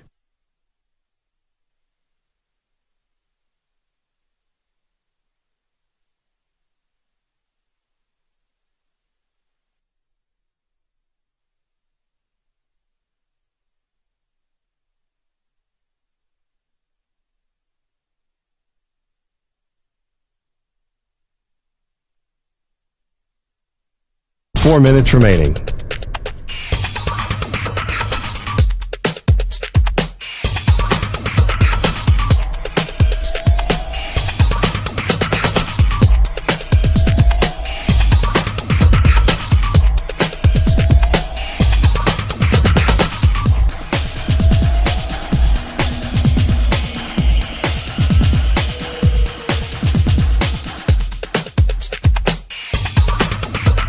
Three minutes, 30 seconds remaining.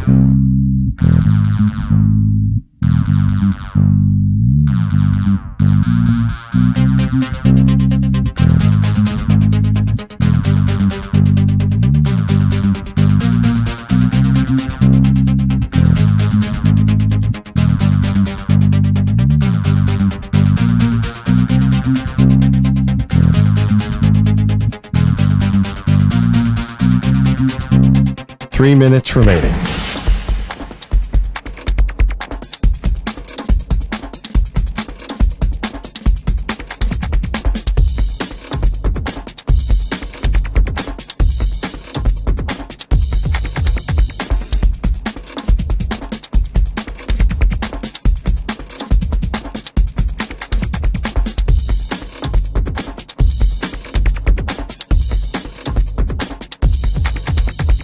Two minutes, 30 seconds remaining.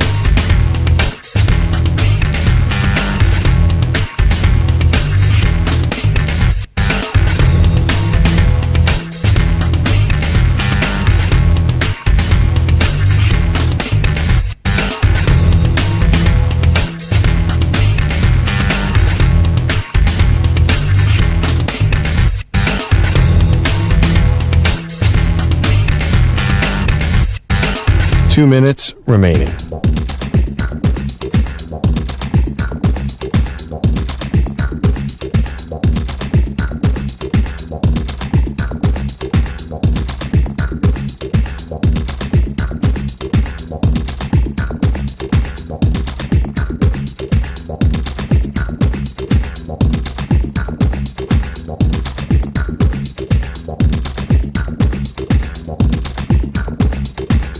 One minute, 30 seconds remaining.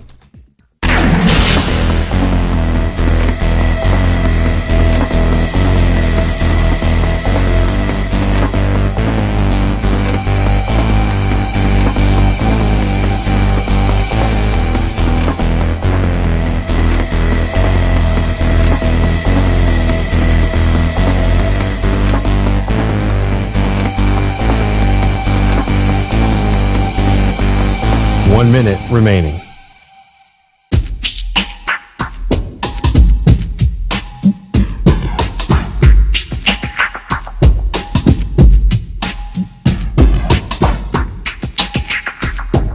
Forty-five seconds remaining.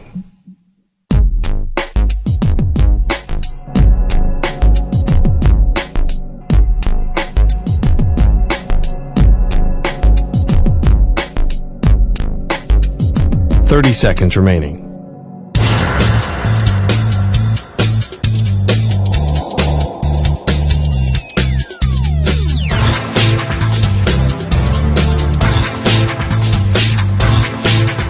Fifteen seconds.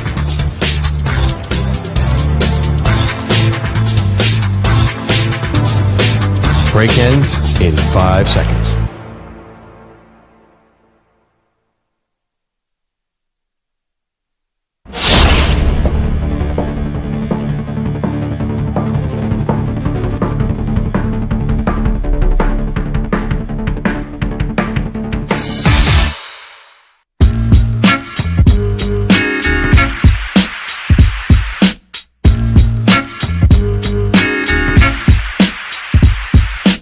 You're listening to the Zach Gelb Show on the Infinity Sports Network. I saw that the Baltimore Ravens have made a trade for Deontay Johnson. You know, I think that's a solid, and I mean a solid move by the Baltimore Ravens. Would I have liked to see them swing a little bit bigger? Yeah. I wanted them to swing for Devontae Adams. I wanted them to swing for Amari Cooper. But Deontay Johnson is a nice complementary piece, is how I will say it. I know for sure he looks at himself like he's the number one wide receiver, but he's not. He is like one of those guys that there's a lot of days that you look at him and you're like, he's a number 2 wide receiver. Like a solid number 2, but then there's times where it's like, okay, he's a 3. He's like an in-betweener. You know, it's crazy how he thinks he's a 1. But he's like in between a 2 and a 3. He's like a 2.5, where there's some 2 upside, but he's nowhere worse than a number 3 wide receiver on a team. Now, at the Ravens, from now until the deadline next week on Election Day on Tuesday, November 5th, which is right around the corner, a week from today, I think they got to go out a defensive player. You know, beef up that defense a little bit, even though that defense is good just for some of the injuries that they suffered.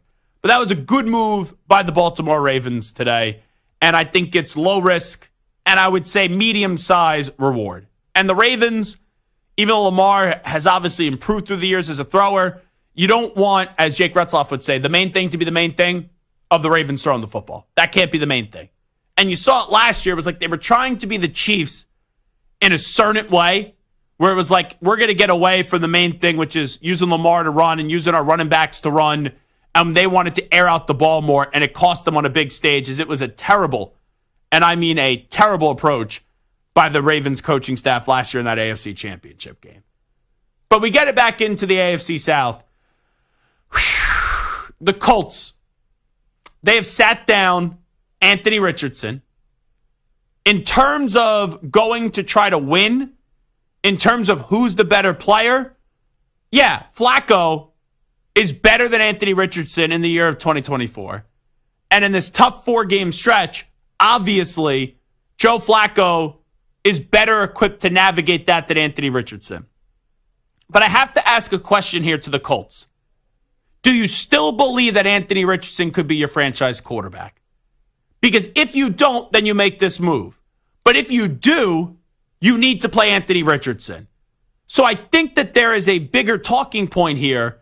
It's not just, you can't just only chalk it up. Flacco's better now. It's time for Richardson to sit down for a bit, and we believe in him down the road. You make this move, it signals to me that there's no reason why the Colts to believe that Anthony Richardson is their franchise quarterback moving forward.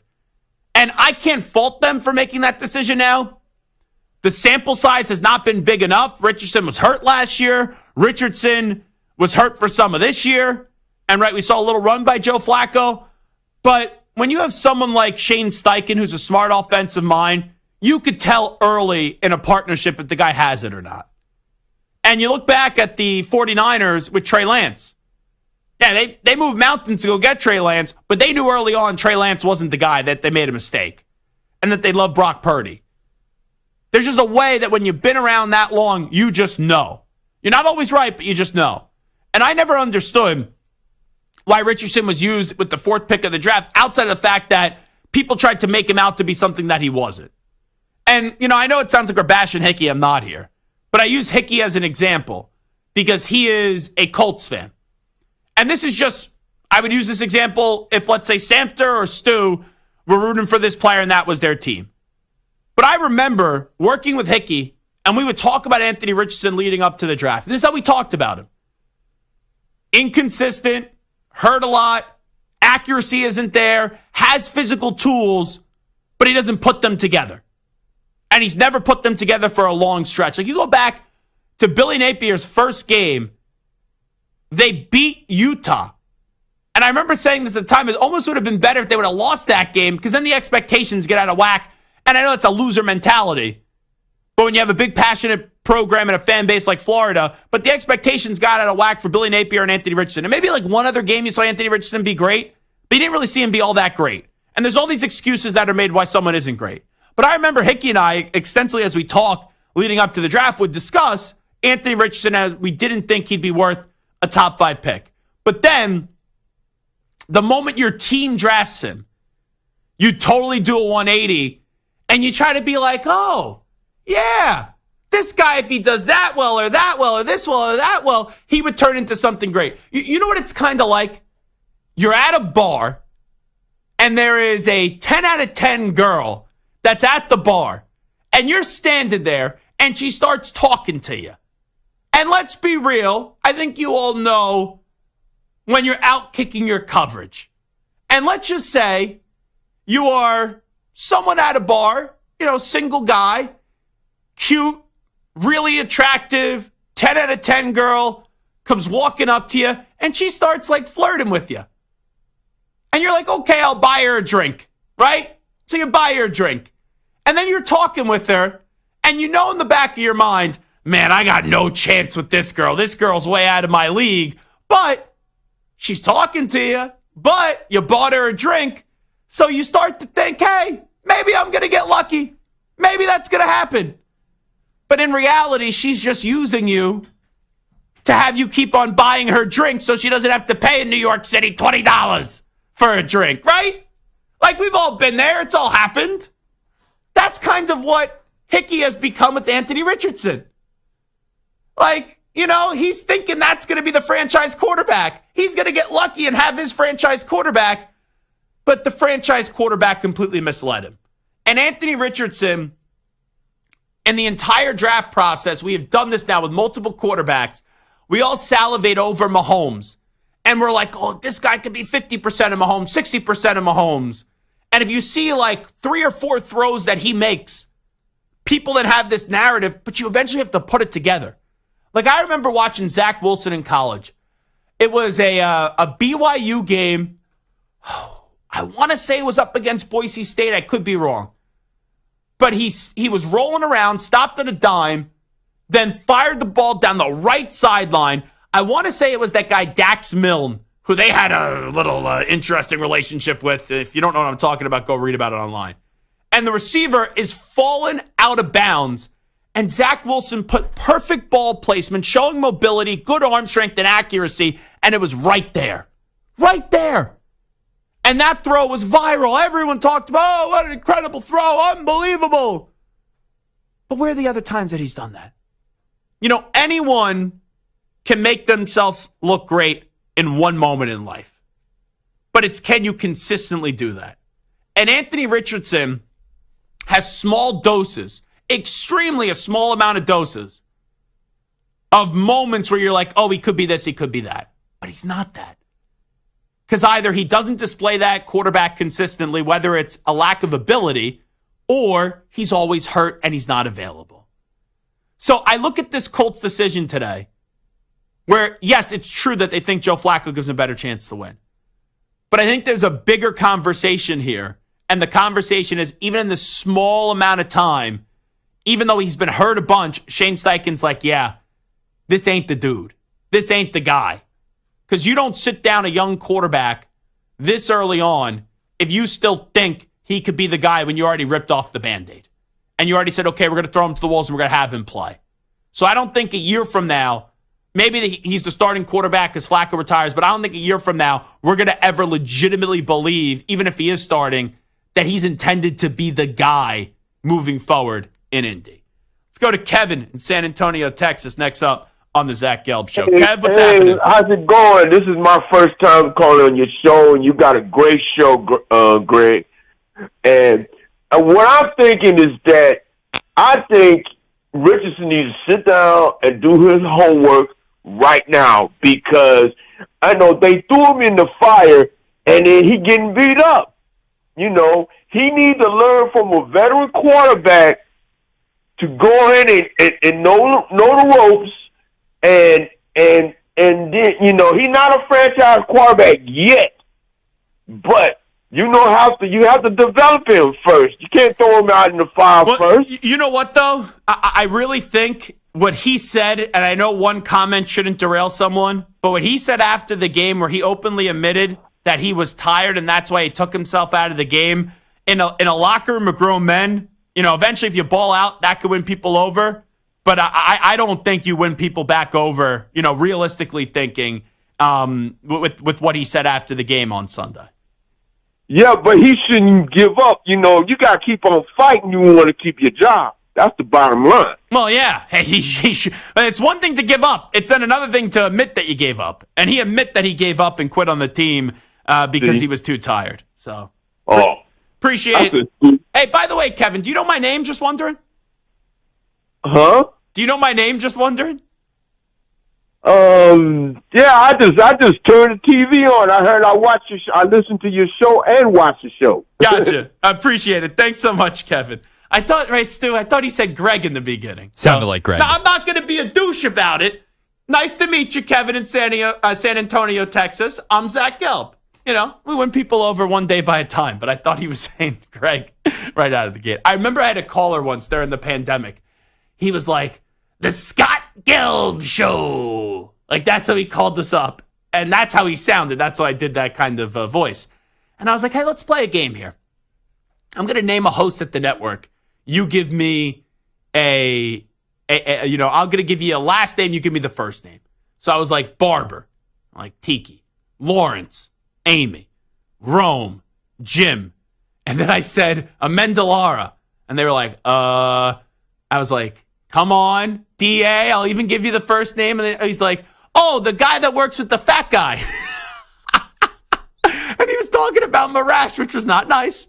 But that was that show, okay. So he was like, yeah, I know Mraz and D.A., because D.A. went by D.A. on the air, so you may not know that his first name is Damon.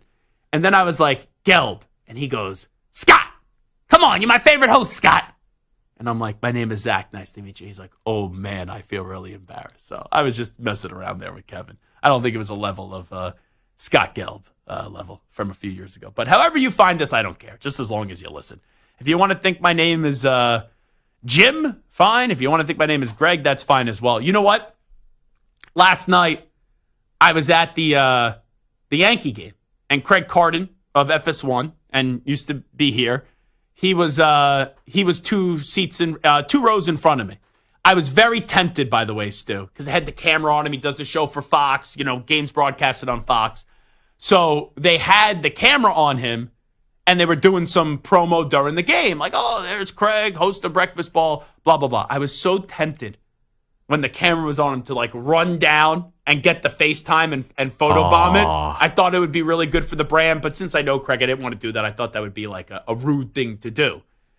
Also, the camera guy, this is one of his own coworkers. I heard Craig tell this story, walked down and called him by the wrong name. I forget what he said.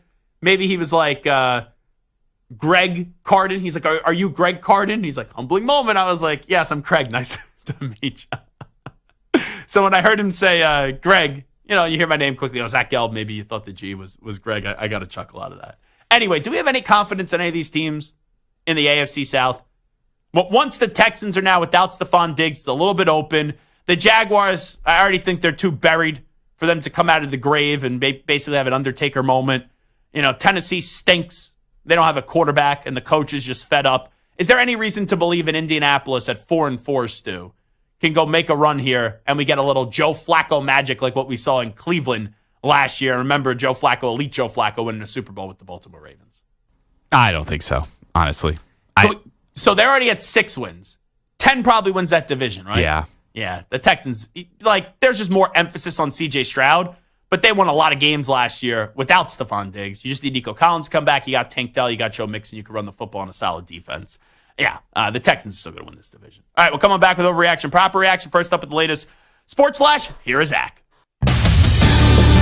Infinity Sports Network Sports Flash. And this report is brought to you by PXG. Staying long and straight on the golf course is easier than ever with PXG clubs. Take your game to a whole new level and save $10 per club at pxg.com/football and use code football. The Texans are 6-2, but all is not well with receiver Stefon Diggs done for the season due to a torn ACL. The Panthers are reportedly sending Deontay Johnson to the Ravens with a 6th-round pick in exchange for a 5th-rounder. And Anthony Richardson took himself out of the game last week. This week, his coach is taking him out as the former 4th pick overall was benched, and Joe Flacco will start for the Colts. The Dodgers are 1 win away from their 2nd championship in 5 years. They're up 3-0 over the Yankees, and no team has ever come back from such a deficit to win the World Series.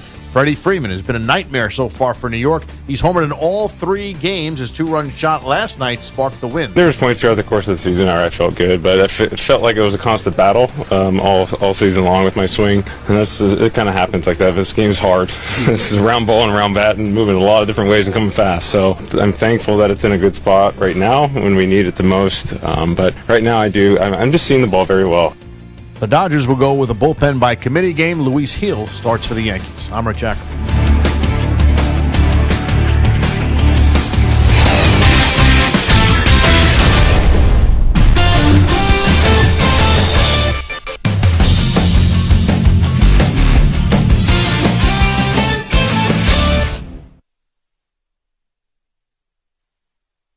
You're in a 5-minute break.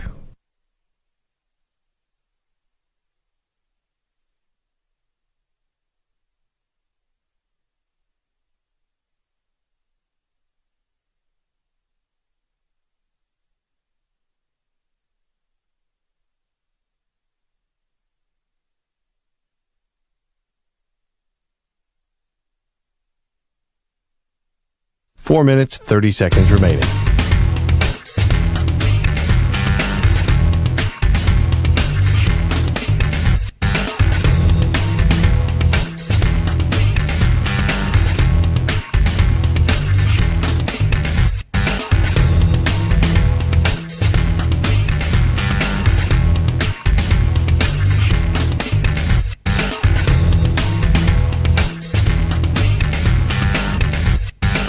Four minutes remaining.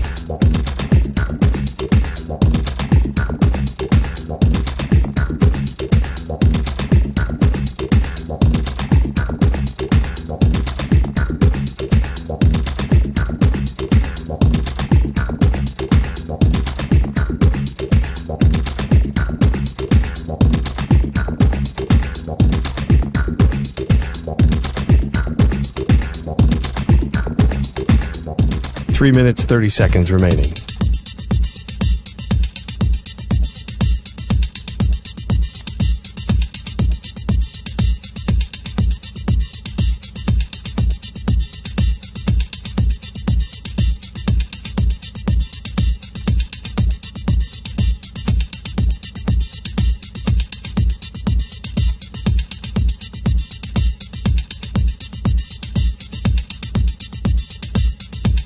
Three minutes remaining.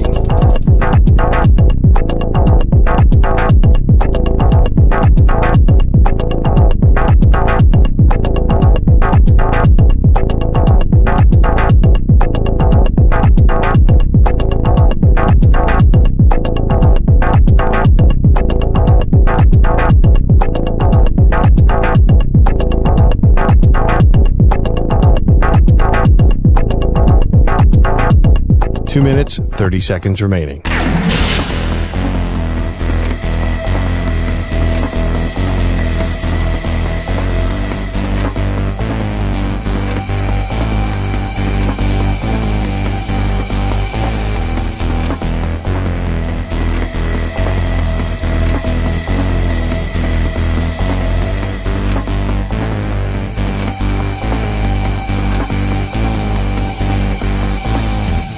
Two minutes remaining.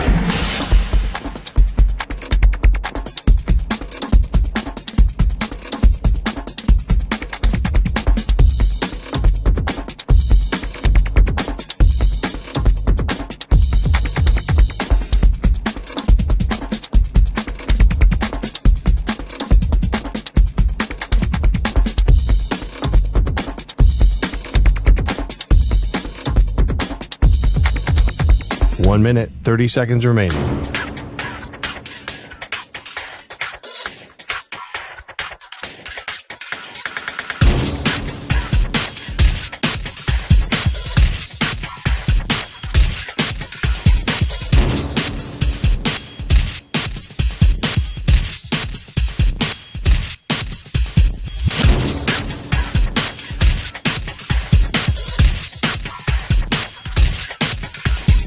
One minute remaining.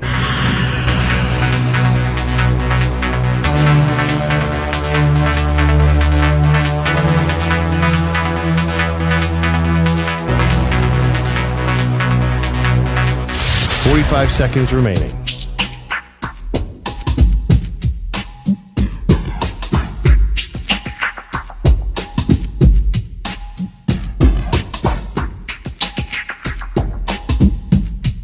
Thirty seconds remaining.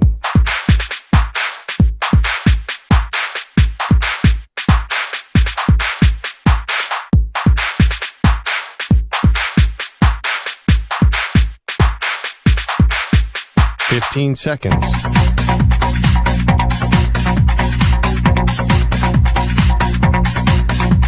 Break ends in 5 seconds.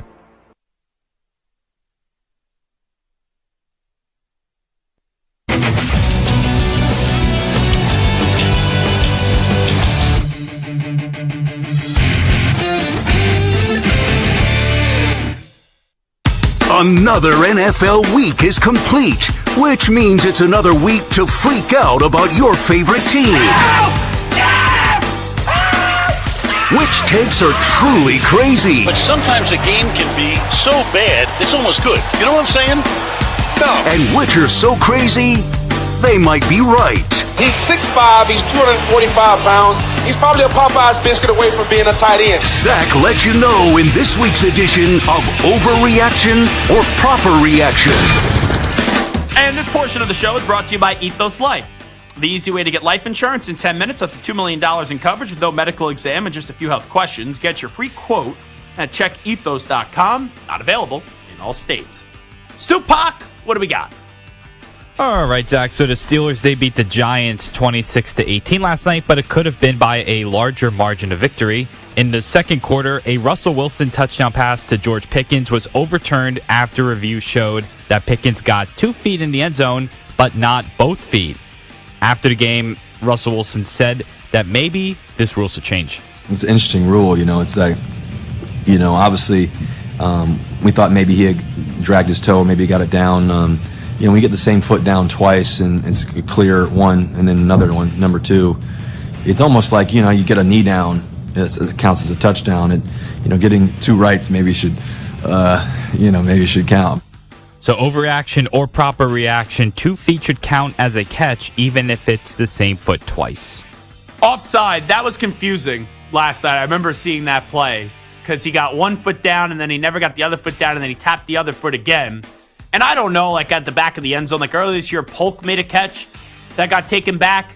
But like, it depends how you fall. Like if you get a toe down, it's fine. But then if you could get a toe down, but not the heel down if you're falling a different way. So that's confusing. But no, like, because then you would just quickly tap your right and then tap your right again. Right foot, left foot. This is what the NFL does. A catch should be so simple, yet it's so confusing. Right foot down, left foot down, that equals a catch. So no, I don't think if you get your right foot down 2 times or your left foot down 2 times, then the other foot shouldn't have to go down. So I think I said offside. I meant meant overreaction. You know what I'm going for here. Sorry, I didn't get much sleep last night. So the Denver Broncos are now 5-3. That was Greg Gelb who said. Yeah, that's right. Not Zach. Who said offside. Zach Gelb says overreaction. So Denver's 5-3, and they hold the 5th seed in the AFC despite looking like a contender for the first pick after an ugly 0-2 start. Rookie quarterback Bo Nix hasn't exactly lit it up, but after having no touchdowns and 4 picks through 3 games, Nix has tossed 8 touchdowns and just 1 interception in the past 5. So overreaction or proper reaction, the Broncos will make the playoffs this season. So my first gut instinct is overreaction. But sometimes you will say something and you go, okay, let me see the schedule. And it's like, ooh, they got a chance. So I'll do this blindly. They're 5-3. They'll lose to the Ravens this weekend. They'll then lose in Kansas City the weekend after that. I then think they'll lose to Atlanta. Then they'll beat the Raiders. They could beat the Browns. Then they have a bye week. They could beat the Colts. I think they'll lose to the Chargers. They'll lose to Cincinnati. And they'll lose to the Chiefs. So that's 4 extra wins I gave them. So that would be 9. If maybe I was being harsh and it goes 1 more win, they get to 10. It's not the craziest thing in the world.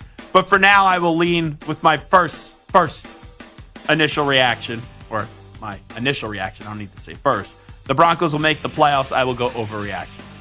All right, another surprise team out west is the Cardinals over in the NFC, who are 4-4 in a 3-way tie atop the division with the Seahawks and the 49ers.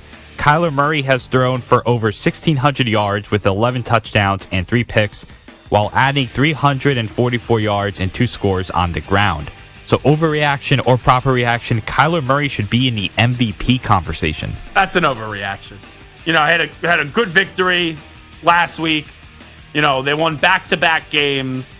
They lost to Buffalo, then they blew out the Rams. They lost to Detroit. They lost to the Commanders. They had a nice comeback up against the Niners. They lose to Green Bay. They beat the Chargers. They beat Miami. It's been up and down. I know that there's not like a clear-cut MVP. There'd be talk about Lamar and Derrick Henry. Josh Allen, obviously, in the mix. I throw TJ Watt in there. So it's open. But Kyler Murray has been good. He's had some bad moments, but he's been more good than bad. But I don't think there is an MVP case to be made right now for Kyler Murray. So, overreaction. Giants fans are up in arms when their star running back Saquon Barkley jumped ship to join the rival Eagles. Through 7 games, Barkley is second in the league with 766 yards on the ground, including nearly 300 in the past 2 games alone. So overreaction or proper reaction, Saquon Barkley has been the best addition for any team in the NFL. So he's also an MVP candidate. But I will go overreaction here, even though he's a strong candidate. I'm actually going Derrick Henry with the Ravens. Like, I believe more in the Ravens right now, even coming off a loss, than I do the Eagles. And I still have trust issues with Nick Sirianni. But after the Ravens last year, we all kind of looked at it the way that they lost in the AFC Championship game. There's no reason to believe that they could get to a Super Bowl. And they bring in Derrick Henry, and the way that Derrick Henry and Lamar Jackson just wear teams down and compliment you, that's why I give a little bit of the slight edge to Derrick Henry, because I'm thinking they're a Super Bowl team again, where the Eagles, yes, Saquon has been a wonderful addition, but I just still have a trust issue with that team going the distance. where I kind of think that Sirianni will eventually mess it up. So it's something that Saquon didn't do, to be clear. So the NFL is headed to Springfield. The league announced that the Cowboys-Bengals Monday Night Football game on December 9th will be the premiere of the Simpsons Fun Day Football. What? So the game will be transformed in real time to Simpsons animations, showing the plays live with Homer representing the Cowboys and Bart on the side of the Bengals. Bart Winkler? No, not that Bart. Different Bart. We've seen the NFL already do something similar with the Nickelodeon games and the Toy Story Fun Day game last year. So overreaction or proper reaction, the NFL has too many gimmicky broadcasts. I don't get this one. They're doing a Simpson broadcast? This is on a Monday night? Gives you a reason to maybe pour yourself a cocktail? Maybe smoke something that makes you look at the screen and enjoy a little animation? You know what? It's fun. I'm not going to be a curmudgeon. Okay. I'm not going to be a grumpy old man. I'm not going to be like Greg in the YouTube chat. I'm going to be fun. Alrighty? I'll be a fun guy. So, proper reaction? No, it would be an overreaction. The NFL has too many gimmicky broadcasts. I'll go overreaction. Whatever. Simpsons, we all love the Simpsons. Fine. All right, last but not least. Is it going to be like the Nickelodeon, or as Mad Dog would say, the Nickelodeon broadcast where they have Patrick Starr in the booth? Like, will they have Homer Simpson, being a great broadcaster?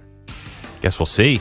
Last one, after being benched for Andy Dalton, Bryce Young returned as the starter this week for Carolina, having the best game of the year with 224 yards, 2 touchdowns, and 2 picks. After the game, head coach Dave Canales praised the former number 1 overall pick. I thought he played fast. I thought he was very decisive. He had some scrambles. He threw the ball away in some situations, which was the right thing to do. He found a little bit of extra time in the pocket to get some of those late completions, dealt with a pretty good rush group, some things they threw at him. So, that was encouraging, that part of it, to see him play with that type of speed and urgency that showed up on game day was great. So overreaction or proper reaction, Bryce Young can still turn things around and salvage his career in Carolina. Overreaction. Dave Canales sounds like when you walk into a store and they're trying to get you to buy some crap. And he's trying to make it out like it's the greatest thing in the world. It's unbelievable. And it's like a sleazy kind of salesperson. And they don't really care. They just want to get your money. That's what I kind of just heard there when I was listening to Dave Canales try to sell us on Bryce Young and how awesome Bryce Young is. So you could save it. I'm not going to believe it. Who is the coach of the year in the NFL? I think there's like 15 candidates right now out of the 32 teams. We'll give you my answer next. Also still to come, 25 minutes from now, Milwaukee Brewers first baseman Rhys Hoskins will join us, and we still have to get to a news brief, which will come your way in about 40 minutes as well. 2 hours in the books, 1 more to go, the 60 minutes. So the final Zach Gelb Show on a Tuesday. We'll get going next.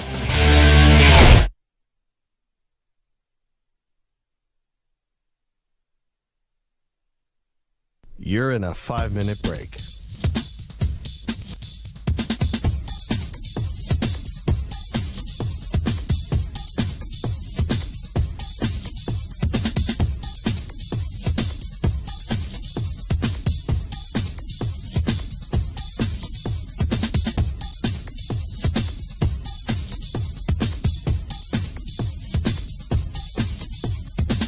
Four minutes, 30 seconds remaining.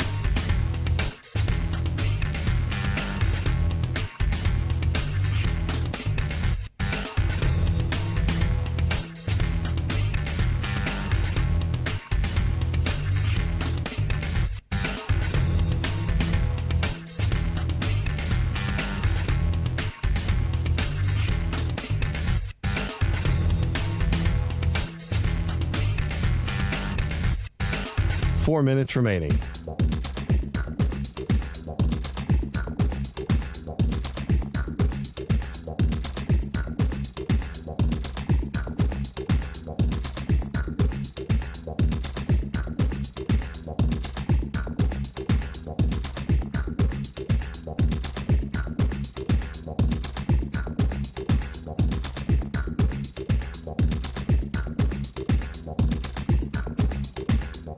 Three minutes, 30 seconds remaining.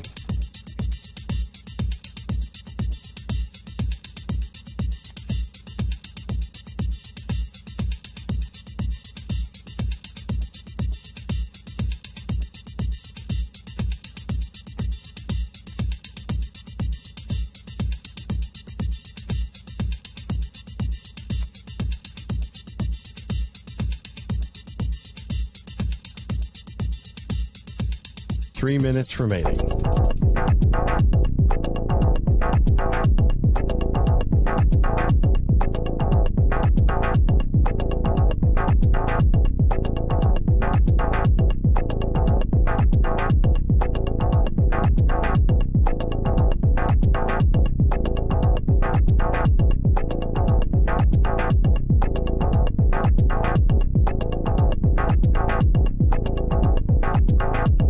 Two minutes, 30 seconds remaining.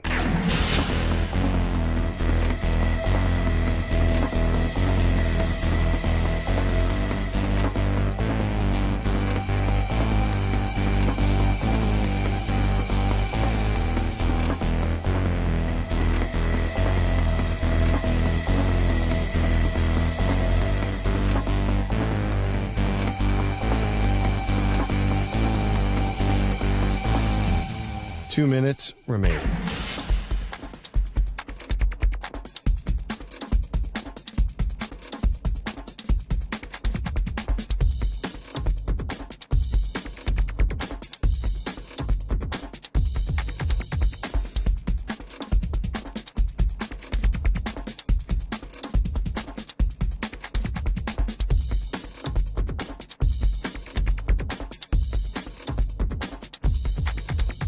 One minute, 30 seconds remaining.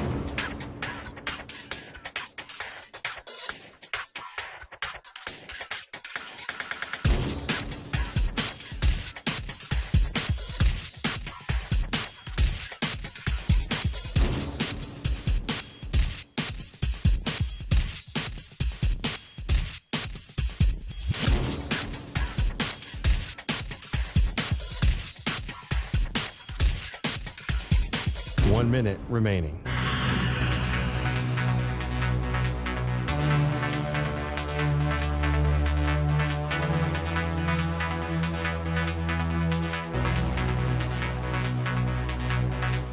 Forty-five seconds remaining.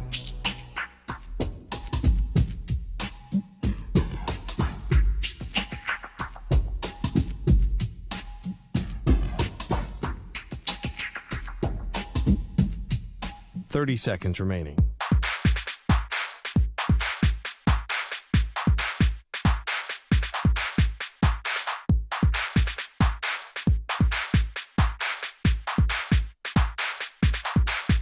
Fifteen seconds.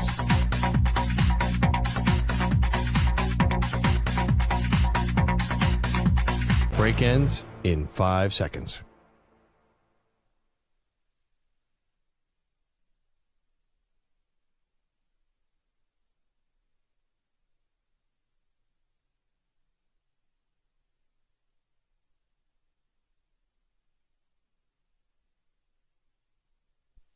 To infinity and beyond. He's live. He's nationwide. This is the Zach Gelb Show.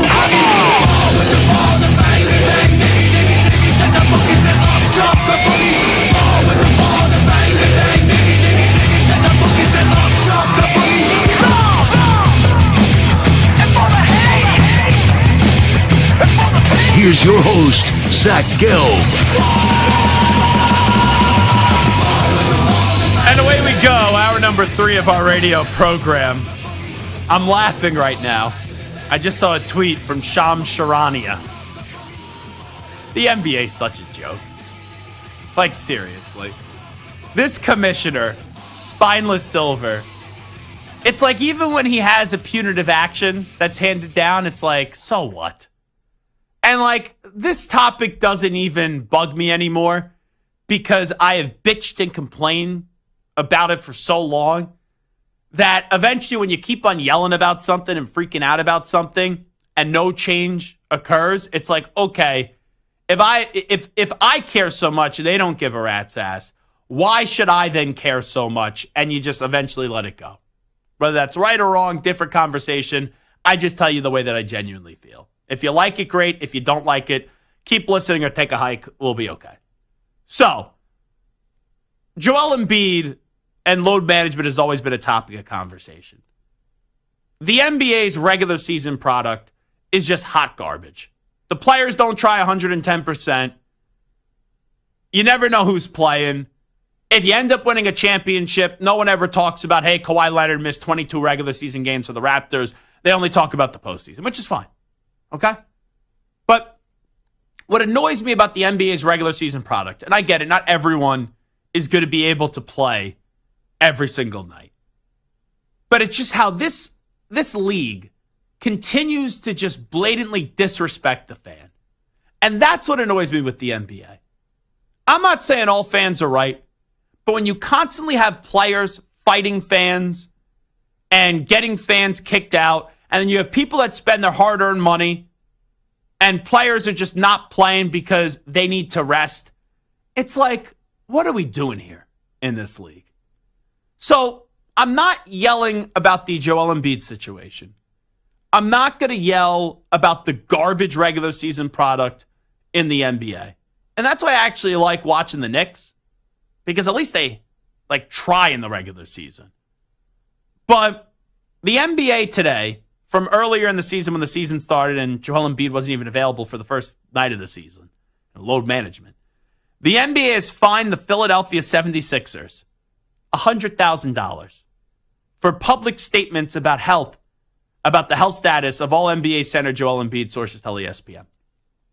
So, to Stu, to Samter, to me, to pretty much the majority of the listening audience, if you got fined $100,000, that's life-altering.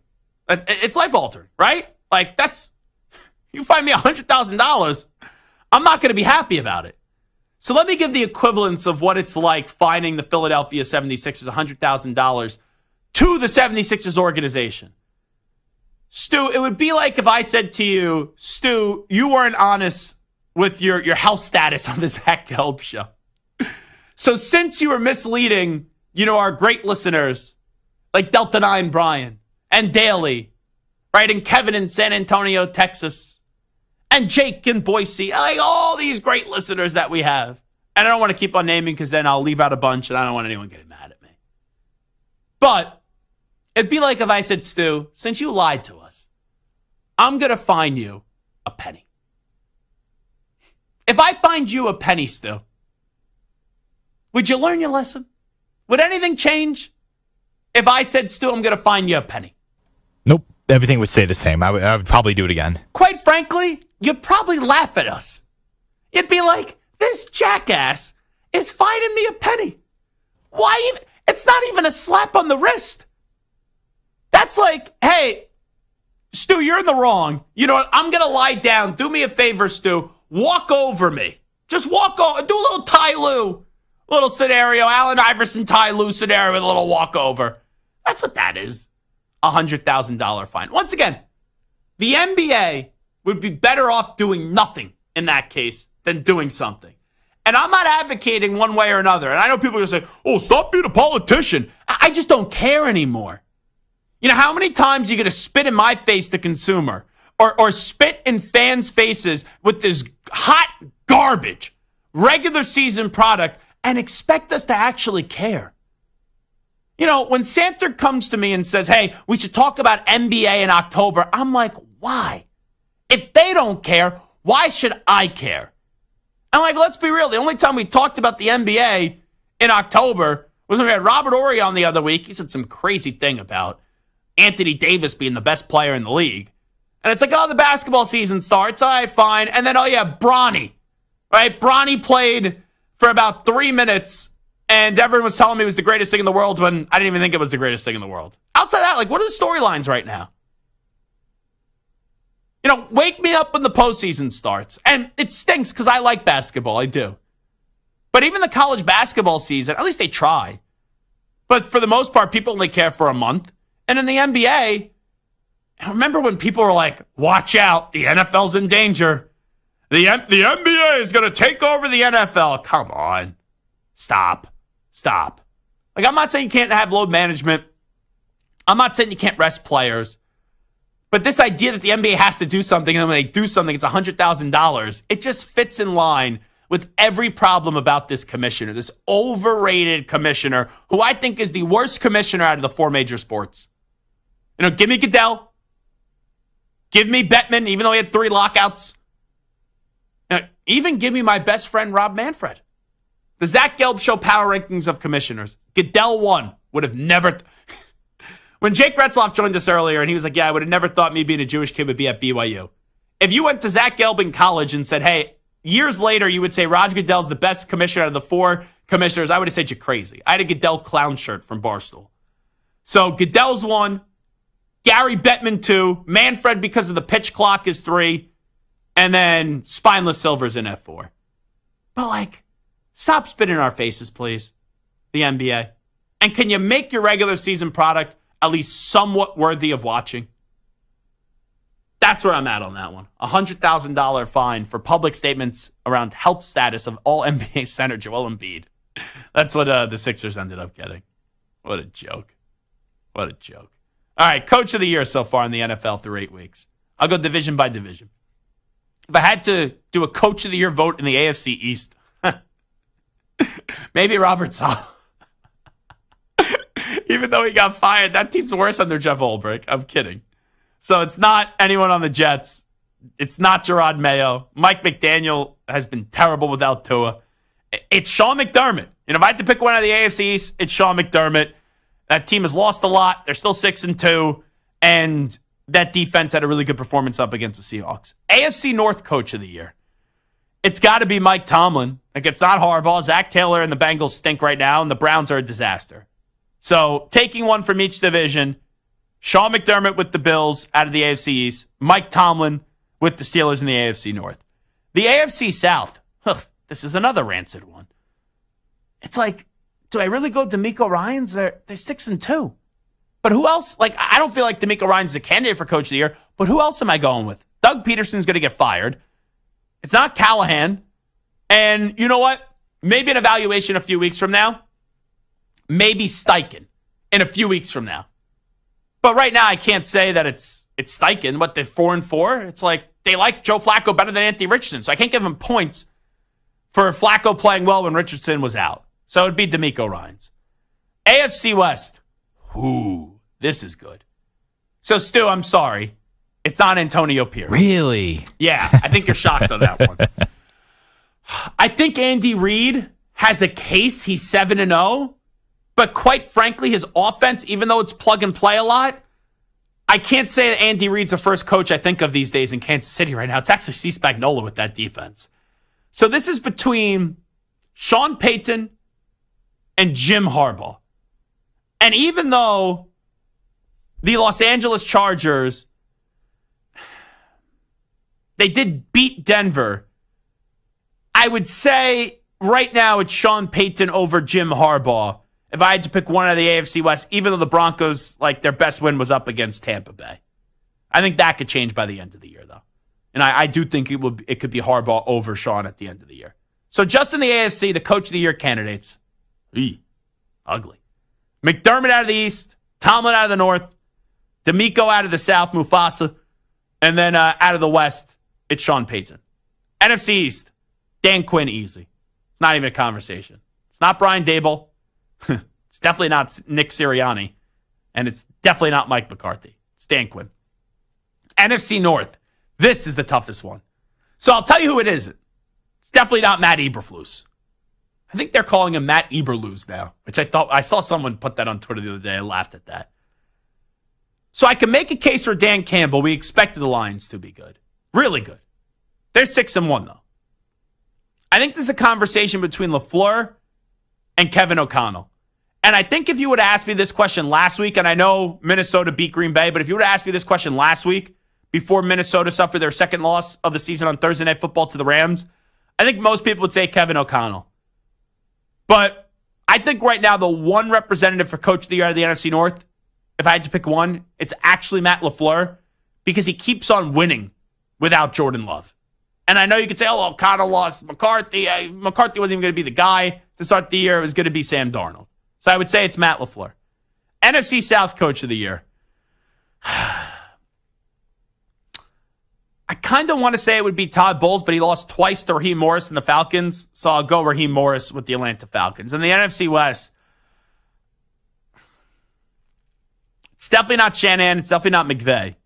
So it's between McDonald and it's between Gannon. I would lean Mike with the Seahawks, slightly over Gannon. So coach of the year right now, when you go through all these candidates, and we just picked one from each division, I would say right now, my coach of the year in the NFL would be Dan Quinn 1. And Stu, would you go Dan Quinn, just wondering? I would go Dan Quinn first, yes. Okay, so if we're both going Dan Quinn, who then would be your number 2? Who's your second choice right now for coach of the year? I think I'd go O'Connell. Just right now, we'll see if they're able to keep up the Vikings, if they're able to keep up what they're doing. But I think right now he'd be my second choice. I would go Dan Quinn 1. I would go Matt LaFleur 2. And I would go KOC, Kevin O'Connell, in at number 3. Would you go LaFleur 3? Just wondering. I'd be between Harbaugh and LaFleur. Not Peyton. Not Peyton, no. Okay.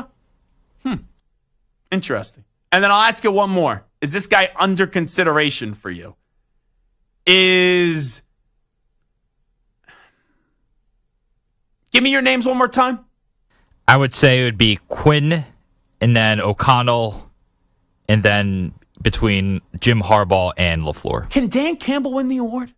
I don't know. Because usually coach of the year, you either have to be so outstanding where you only have like one or like no losses or 2 losses on the year if you were expected to be great. Yeah. Usually it's someone that overachieves, right? Like the expectation was lower and you overachieve. Like the Commanders or the Vikings or you overcome like an injury or something. Like Stefanski last year. Right. The Lions schedule the rest of the way. Green Bay, Houston, Jacksonville, Indianapolis, Chicago, Green Bay, Buffalo, Chicago, San Francisco, Minnesota. I think Campbell can win it if he only loses one more game the rest of the season. You know, if they have 2 losses going into the postseason. 15-2 with that schedule would be pretty impressive. And a good division as well. A very good division. I think the best division pound for pound in football, the NFC North. Right? Like, I'm trying to think who would be second. No, I agree. Right, like second would it be the NFC West? Is it the East? Like, I don't think it's the NFC East. No. I'm like, maybe AFC North if the Bengals can get their, together. But I don't think they will. But I don't think they are, yeah. Yeah, man, from top to bottom, these divisions, a little stinky that we got going on right now in the NFL. Rhys Hoskins is going to join us next. We will chat with the Milwaukee Brewers first baseman about his career and also the World Series as the Dodgers are 1 win away from hoisting that piece of metal. You're in a 5-minute break.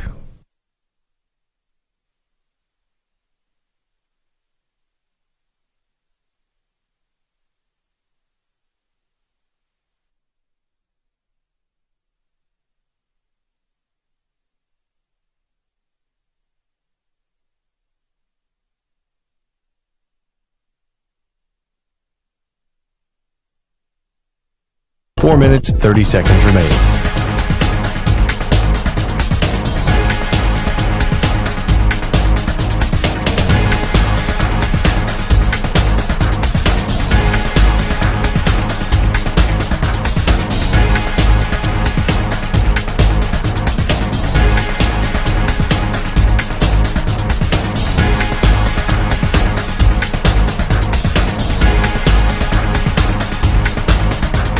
Four minutes remaining.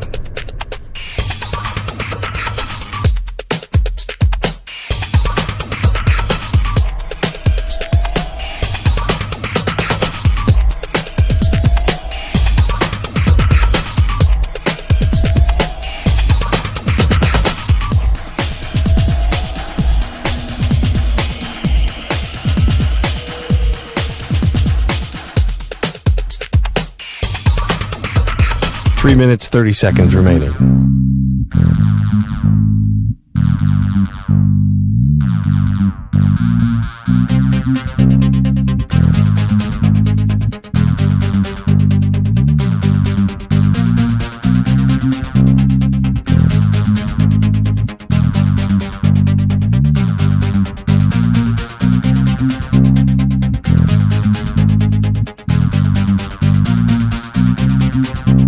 Three minutes remaining.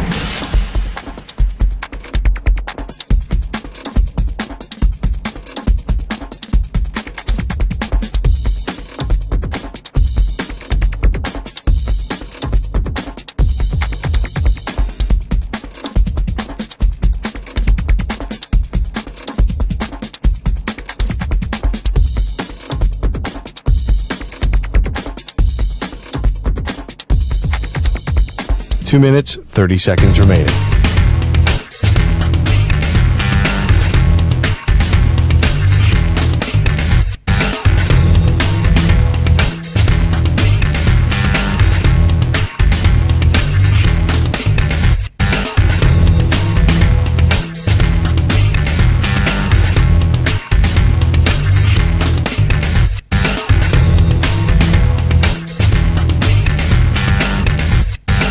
Two minutes remaining.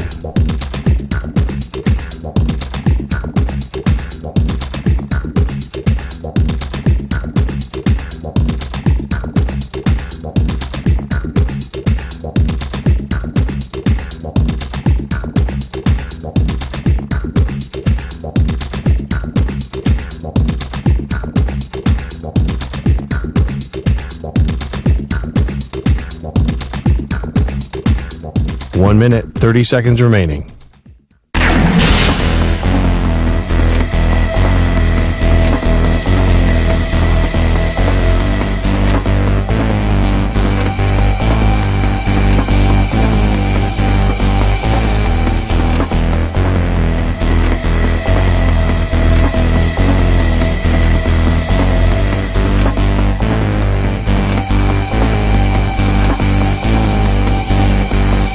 One minute remaining.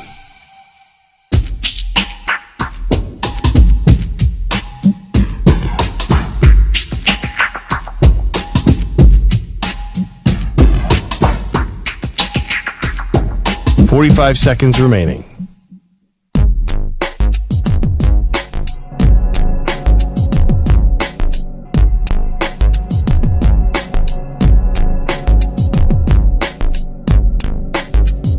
Thirty seconds remaining.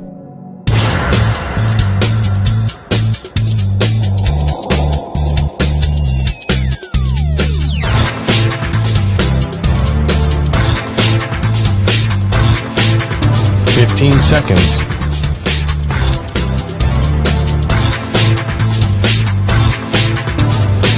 Break ends in 5 seconds.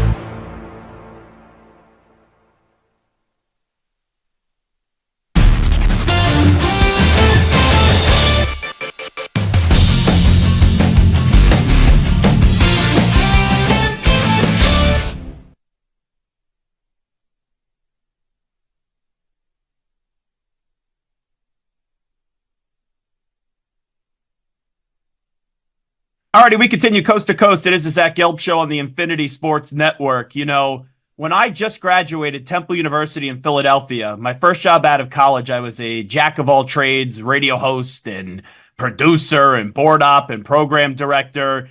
And I was in the Trenton and Princeton area. They would send me out to Arm & Hammer Park, and I would do all these broadcasts live for my afternoon talk show. And it was always a big event whenever the Yankees affiliate would play up against the Phillies affiliate. And I was just getting my career started. I got a chance to meet Rhys Hoskins, who was just getting his career started. And we had a good conversation, and living in Philadelphia for all those years, I was able to follow his career. So we're going to talk to Rhys Hoskins right now, who's now with the Milwaukee Brewers. And he was just awarded 2 MLB Players' Choice Awards by his peers for his longtime support of the Muscular Dystrophy Association, the #1 voluntary health organization in the U.S. for people living with muscular dystrophy, ALS, and related neuromuscular diseases. Rhys, always appreciate your help. Congratulations, and thanks so much for doing this. Yeah, thanks for having me. I appreciate the love and support as always. You know, you're throwing a little Arm & Hammer Park in there. You're bringing me all the way back. So, I appreciate you having me. The awards are awesome. There's many, many more people that deserve more credit than I do, but a humbling honor nonetheless. And we'll talk about your work with For a Great Cause in just a bit, but I'll never forget that day when I was interviewing you. And you were young, and I'm like, tell me something that the world doesn't know about Rhys Hoskins. And you go, well, I have a little bit of a sock collection. Like anytime there's a big event, you always have a special sock. So I have to ask you, how is the sock collection these days? That's so funny you remember that. I have to say I may have grown out of that a bit. I definitely, I have certain socks for different occasions or holidays or anything like that. It definitely leaked into my wife's superstition a little bit. She's got a few socks that she considers lucky and have worn throughout my career, and good things have happened at games that she's worn them. So, hey, if it works, it works. I don't want to mess that up, but not as big of a sock collector as I used to be in my time in the minor leagues, for sure. This past season, as Rhys Hoskins is here with us, what did it mean to you individually after going through what you did in 2023 right before the season starts, tearing your ACL? Yeah, I mean, look, just to get back on the field, right? What was goal number one? A year's a long time, and especially for somebody or an athlete that is playing professionally, it probably means you've played your whole life. Not just during the season. So I'm, in thinking back, I'm not sure there's ever been a year where I've gone without playing. So just the sheer accomplishment of getting back on the field, I think, is something that I was proud of this year. I made it in, over 130 games, which is a little low for my norm, but again, coming off a pretty major injury, and trying to figure out how to be a big leaguer, how to be successful, what it feels like in September again when the games mean the most, but your body's probably the most tired. So just figuring out all those things again was an adjustment again for me, but super proud that, for the most part, I was able to stay on the field and, knock on wood, avoid any, lingering knee issues in 2024. Rhys Hoskins here with us as we get to the World Series. I was at the game last night. Dodgers take the 3-0 series lead. Freddie Freeman hits another home run, right? He has been through a lot, obviously, with his family and then going through injuries as well. Just to see what Freddie has been able to do in this World Series so far, as, they get one more victory. It looks like he's going to be the MVP. Just, what does that kind of mean to you? I can't say I'm surprised, right? Having spent the bulk of my career in the NL East playing against this guy, I've seen him get every big hit, whether it was a home run or just like a little bloop shot to left field. It's just a professional hitter. He's the guy you want at the dish in big situations. I think I saw last night that he's 5 games in a row with a home run in the World Series, tying a major league record. So, again, none of this I'm surprised by. He's just a key cog in any lineup that he finds himself in, and especially with those two guys at the top of their lineup in Shohei and Mookie. He's coming through in every big situation with those guys on base. So we'll see if the Yankees can kind of turn this series around and create a little momentum tonight at home. But to see Freddie doing Freddie things is really cool for him, like you said, after the year that he had. But I don't think to anyone's surprise that's watched him over his career. And you touched on the lineup, Rhys Hoskins, just 1 through 9. They're absolutely loaded. But then at the top, it's like, okay, if you get Ohtani, then you got to go to Betts. And then if you get Betts, you got to go to Freeman. There's just no way that you could exhale up against this team. You being around a lot of great baseball players, when you've been in the opposite dugout, whether he was, in Anaheim or, he was with the Dodgers this year, is it just like a different vibe knowing how much Ohtani means to the game? And when you're in the other dugout, is it like, wow, we're really witnessing history right now?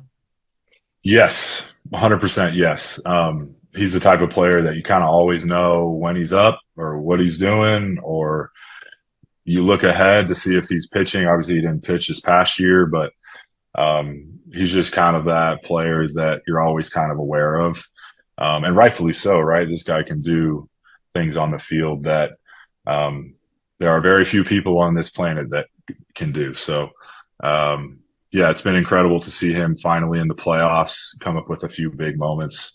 Hopefully he avoided a big scare with the shoulder, but you could kind of see even his presence, even if he may not be 100%, his presence in that lineup just makes it go. And they were able kind of to jump on the Yankees quick yesterday and got some good pitching to kind of finish that game. On the flip side, get into the Yankees, Rhys Hoskins. Like, every player knows what it's like to be in a slump, and you know what it's like to be in a slump in a big city, a big passionate city when you played in Philadelphia. For Aaron Judge this postseason, I know they're in the World Series, but he's batting like $140, has 20 strikeouts. Just when you have all that pressure mounted on you, what do you try to do? Is there any secret sauce that you could come up with that gets you to break the slump, or is it just, hey, you get one big hit and then it just opens up and you can breathe a little bit? I was going to say, if there's a secret sauce and you know about it, please let us know.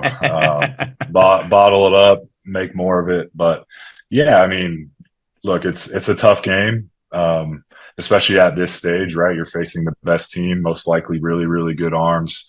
The Dodgers staff's done a really good job, I think, of just keeping them off balance. Whether that's busting them inside or kind of staying away from him with some breaking ball stuff.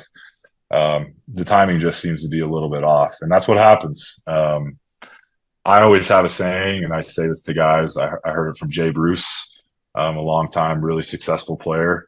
He always used to tell me, just got to get to the box, man. The hardest part is in between your at-bats, with self-talk or outside noise or anything like that. But if you can find your way to the box, some special things can happen. And I think especially with a player like Judge, he can impact the game with one swing. As long as he keeps getting to the box, he's got a chance to do something special. We're on some radio stations across the state of Wisconsin. So I know we talked about your individual season, but as a team, back and forth crazy around in the wild card, but how do you kind of look back at the team's success this season, even though it didn't end obviously the way that you guys wanted it to? Yeah, definitely a bitter ending. We get the situation that we want in that last game, and the game always finds a way to kind of do something that you don't necessarily think you're going to see that day. He comes up with a big homer off probably the best reliever in baseball over the last 5 years. But, from a full season standpoint, I think there was some surprise from the outside about what we were able to do as a team. But I don't think on the, within our clubhouse, especially coming out of spring training with a little momentum, having a good camp, that any of us were surprised by the type of baseball that we were able to play. We're exciting. We're young. We're fast. We put pressure on teams. I say we, including myself, in being fast. But, we put pressure on teams, and you couple that with adding a few guys or having a few guys in your lineup that have the ability to slug, and you're able to put up a lot of runs like we were able to throughout the season. So, we surprised people, I think, on the outside. But, the expectations from within were that we were going to challenge for the division again, and we'll be able to do that, over the next couple of years as well. So you talked about your speed. I'm a Met fan, so I remember what happened on opening day with you and McNeil. I still don't get it, but what was kind of going through your mind in that viral moment? Honestly, just playing the game was really the only thing that was going through my head. Certainly the Mets and the Phillies, especially when I was there. But I guess the Mets and me specifically have had some moments over the last 6-7 years. But regardless of who was standing on second base, that's the slide I was going to take, because given the situation of the game, we're trying to score an extra run late in the game. I'm just trying to give our guys another at bat to try to score some more runs so that we win the game. I'm a little. I wish it didn't turn into what it was. I don't think that it needed to, because I think that may make some guys hesitate, going forward about playing the game hard. I'm not trying to ever hurt anybody. I'm just trying to play the game the way I was taught coming up. So hopefully that's the way that it will be remembered as. But a nice way to reintroduce myself back into the league, I guess, opening weekend. And when a moment like that happens, we could all be children to some extent. When you're doing the crying thing, I'm just wondering, what's the conversation with your wife like after the game, after that moment's all over the internet? Mostly laughter, probably some regret, just because being in the limelight like that is not something that I would usually sign up for. But like you said, emotions get the best of you sometimes. Competitiveness gets the best of you sometimes. I hopefully it endeared me to some of the Brewers fans, and got us off on the right foot as the season went along. And before we let you run, tell me about the great work that you're doing with the Muscular Dystrophy Association. Yeah, something that's very near and dear to me and my wife's heart. We got involved early on in our life, back in high school as camp counselors. Summer camp was really what kind of showed us some of this pure joy that a lot of kids living with these neuromuscular diseases just don't get to have, right? They get to go away to summer camp, be a kid for a week, be around kids that look like them, that are going through a lot of the same problems. So just get to go be normal, really. But we've kind of continued on with our work, just creating relationships with families, trying to create more awareness about these diseases is something I think that really is, plan number one, just getting more talk about this, trying to help fundraise, create awareness, to help find a cure. Our main goal, Jamie, my wife and I's main goal, is all of those things, but we're always connected to summer camp in some sort. So we try to send as many kids as we can to those camps in the Milwaukee region this year, but hopefully, nationwide as we continue along with our work. We've really enjoyed it.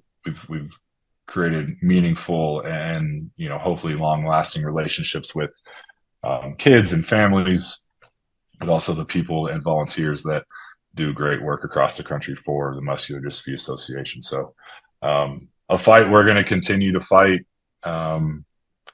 Volunteering is really the biggest way to make a difference with these organizations. So if you have time and can, get out there and help in any way you can, that's the biggest resource that all these associations are looking for. So we're going to continue. We look forward to that, and hopefully we'll see many more people out there with us. Well, an awesome message. And once again, I appreciate all the work that you and your wife, Jamie, do. We appreciate the time today. Thanks for doing this. Good to catch up again.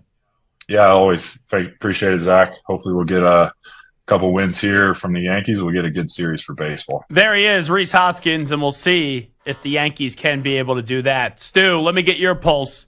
You're the Yankee fan on this show. Let me ask you, down 3-0, you want to know something funny, actually? I'm walking into the stadium last night. You want to hear the vibe, what it was like going in the stadium last night? Sure. And usually it's a mess getting there, and it takes forever to get in. I left the office yesterday at 6:15. I took a train uptown to 59th Street, the 1 train, got off at 59th, then took the express, which is what, the D, I believe it is. I got in the stadium, left here at, I think I said 6:15. I was in the stadium at 7:04. But to get from the back entrance of the outfield to where my seats were, which are 15 rows off the plate, it took 20 minutes in the stadium. That is how backed up it was. But walking into the stadium, and a Yankee fan who was behind me, he goes, "They better win tonight." And I'm just listening to a conversation with him, him and I guess some other guy. He goes, the other guy was like, "Oh, I went to game 1 in LA." And they were talking about how much money they spent on these tickets. Outfield seats, bleacher creatures. This guy said he dropped $8,000 for 4 tickets. So $2,000 a ticket to go watch that last night. But then the other guy goes, "Hey, in 2004, we blew a 3-0 lead to the Red Sox. How fitting would it be on the 20th anniversary if we lose tonight, we go down 3-0, and then we come on back and win 4 straight?" That's what Yankee fans were doing last night. Before Game 3 was played, it just kind of showed the vibe in that building going in, where it was almost like you have these tickets, but you're kind of going to your funeral. So I'll just ask you this. Not that they're coming back and winning the series. If you want to be delirious enough to think that, go ahead, be my guest. I'll be fine with that. But to win tonight, your confidence is what, Stu? Out of 10, I'd say like a 2. 2 out of 10. I don't think they're winning. I think they're getting I swept. thought you were saying out of 100. Oh, well. It's 2 out of 10 though is still not high. It's not great. Do you have a problem with Luis Hill starting tonight? Do you think they should go Cole? He pitched on Friday in game 1, so Saturday, Sunday, Monday, it's 3 days rest, season on the line. Do you just throw him out there for game 4? I know they don't want to do that. I know that wasn't the plan, but I think at this point you have to go with Cole. Okay. And you got to pitch everyone at short rest. Maybe Hill pitches later in the series, but at this point you have to just get to a game 5. And they moved Stanton to the 5th spot, right? Yeah. But they didn't move Judge, who No. I know he's El Capitan, Aaron Judge. He's 6 of 43 in the postseason with 2 lousy home runs, 6 RBIs, and 20 strikeouts. Doesn't seem real. Ooh. Yeah, I think the lineup idea was because it's a bullpen game. They want to split up the righties and lefties more, but still, it doesn't make any sense. Aaron Judge, Lamar Jackson, spotted difference, right? Yeah. Like tremendous in the regular season, multiple MVP award winners, and then in the postseason, they crumble. Now, I actually think Lamar could turn it around this year, but he hasn't done it yet. So until you do so, there's always going to be people that say, hey, all-time great regular season player. Like, look what Lamar has been able to do in the NFL. Look what Aaron Judge has been able to do. But really empty performances. And I mean empty performances in the postseason. Like, it was gift-wrapped right to Lamar last year to get to the Super Bowl. The Chiefs stunk offensive that AFC title game. They couldn't do anything. And Aaron Judge had a bye to the World Series. And now they're in the World Series. I know they're going up against the great Dodgers down 3-0. And the great Aaron Judge has a 140 average with 20 strikeouts. And he looks lost. Lost at the plate. Aaron Judge looks like me in earth science class in 8th grade trying to keep up. I was lost.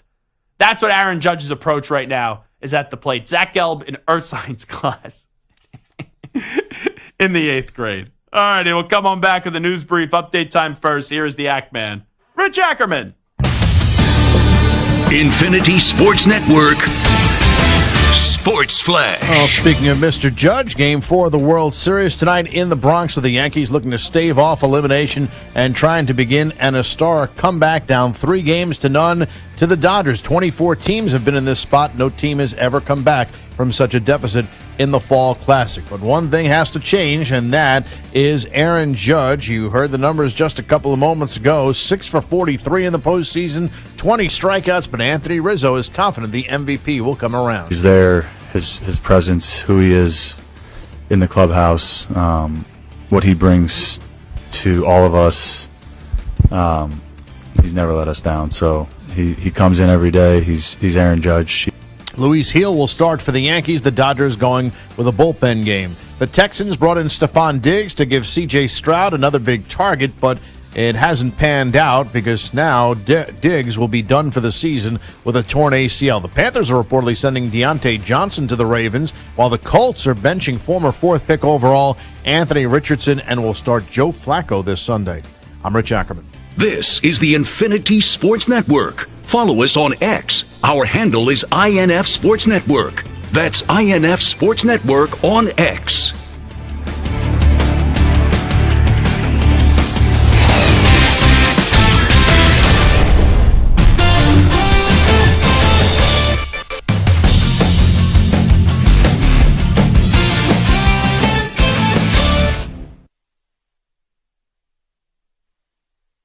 You're in a 5-minute break.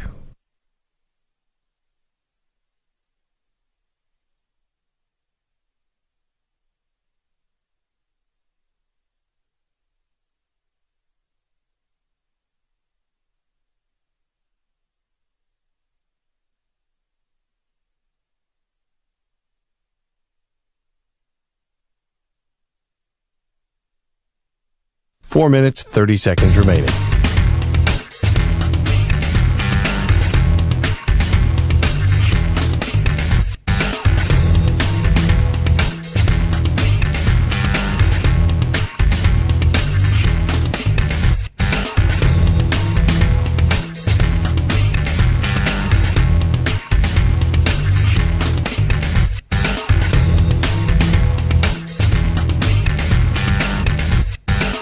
Four minutes remaining.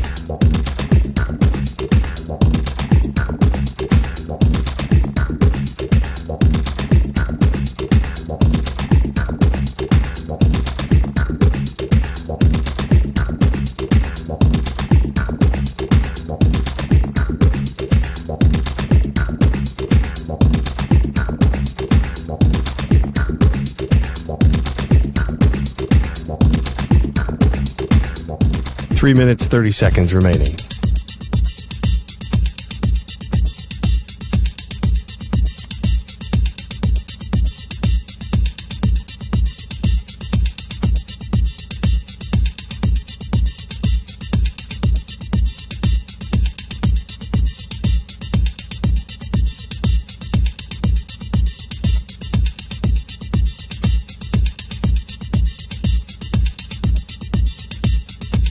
Three minutes remaining.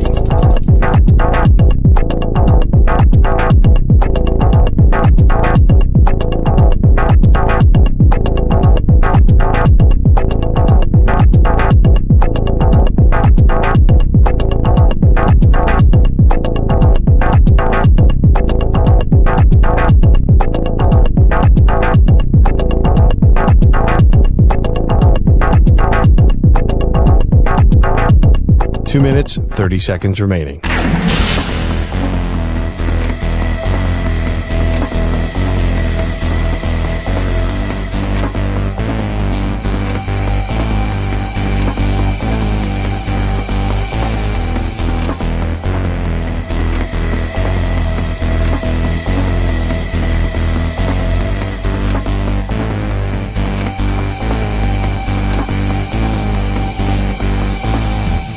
Two minutes remaining.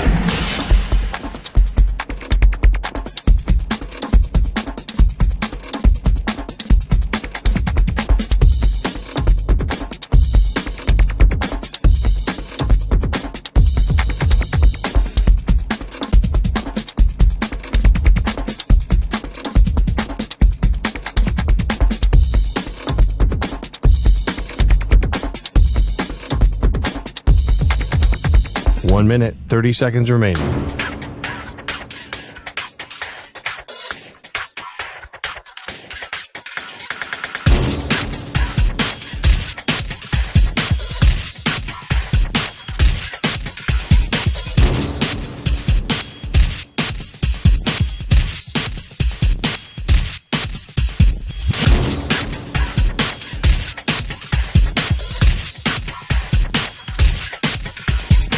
One minute remaining.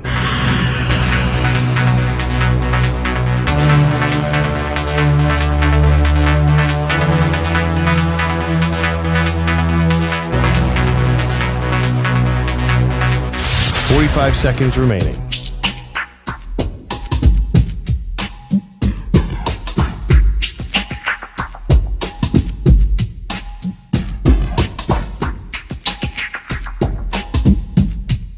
30 seconds remaining.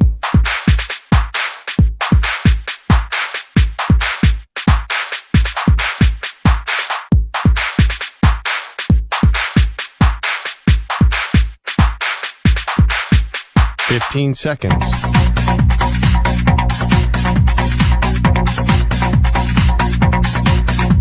Break ends in 5 seconds.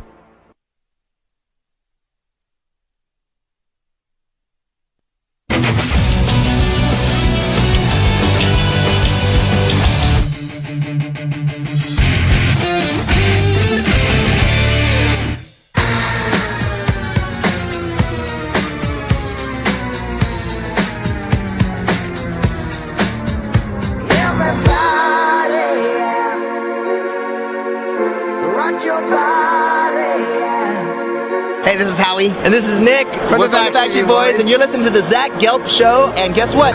Zach is back. All right. He's live. He's nationwide. This is the Zach Gelb Show. Oh my God, we're back again. Alrighty. On a Tuesday, Zach Gelb Show, Infinity Sports Network. You know, I don't know why. I don't feel like this has been a long show today. But I'm starting to think Tuesday is the longest day of the week. Because last Tuesday, I sat here and I said, it already feels like it's Thursday. And today, I feel like it's Thursday again. So maybe it's because Tuesday starts with a T and Thursday starts with a T. That's why I kind of think it in my stupid brain of mine. But that's now 2 weeks in a row, Stu.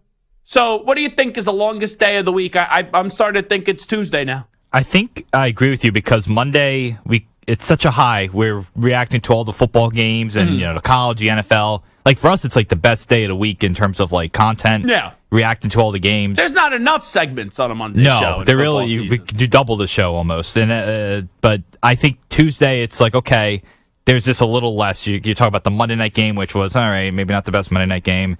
It's just I think that makes the show feel longer. You know what Tuesday is? Tuesday's like when you're in like the 7th grade.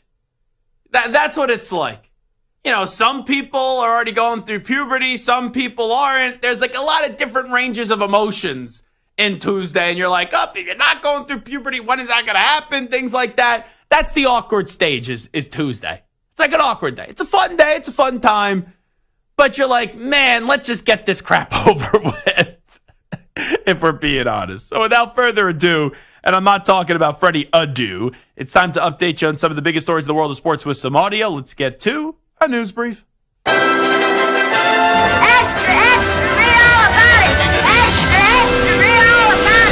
for your daily news brief. We get you caught up on the rumors, reports, and reconnaissance from the day in sports. I'm also hungry right now. So at 5:48 p.m. Eastern time, I'm going to bolt home right when I get out of here at 6 o'clock.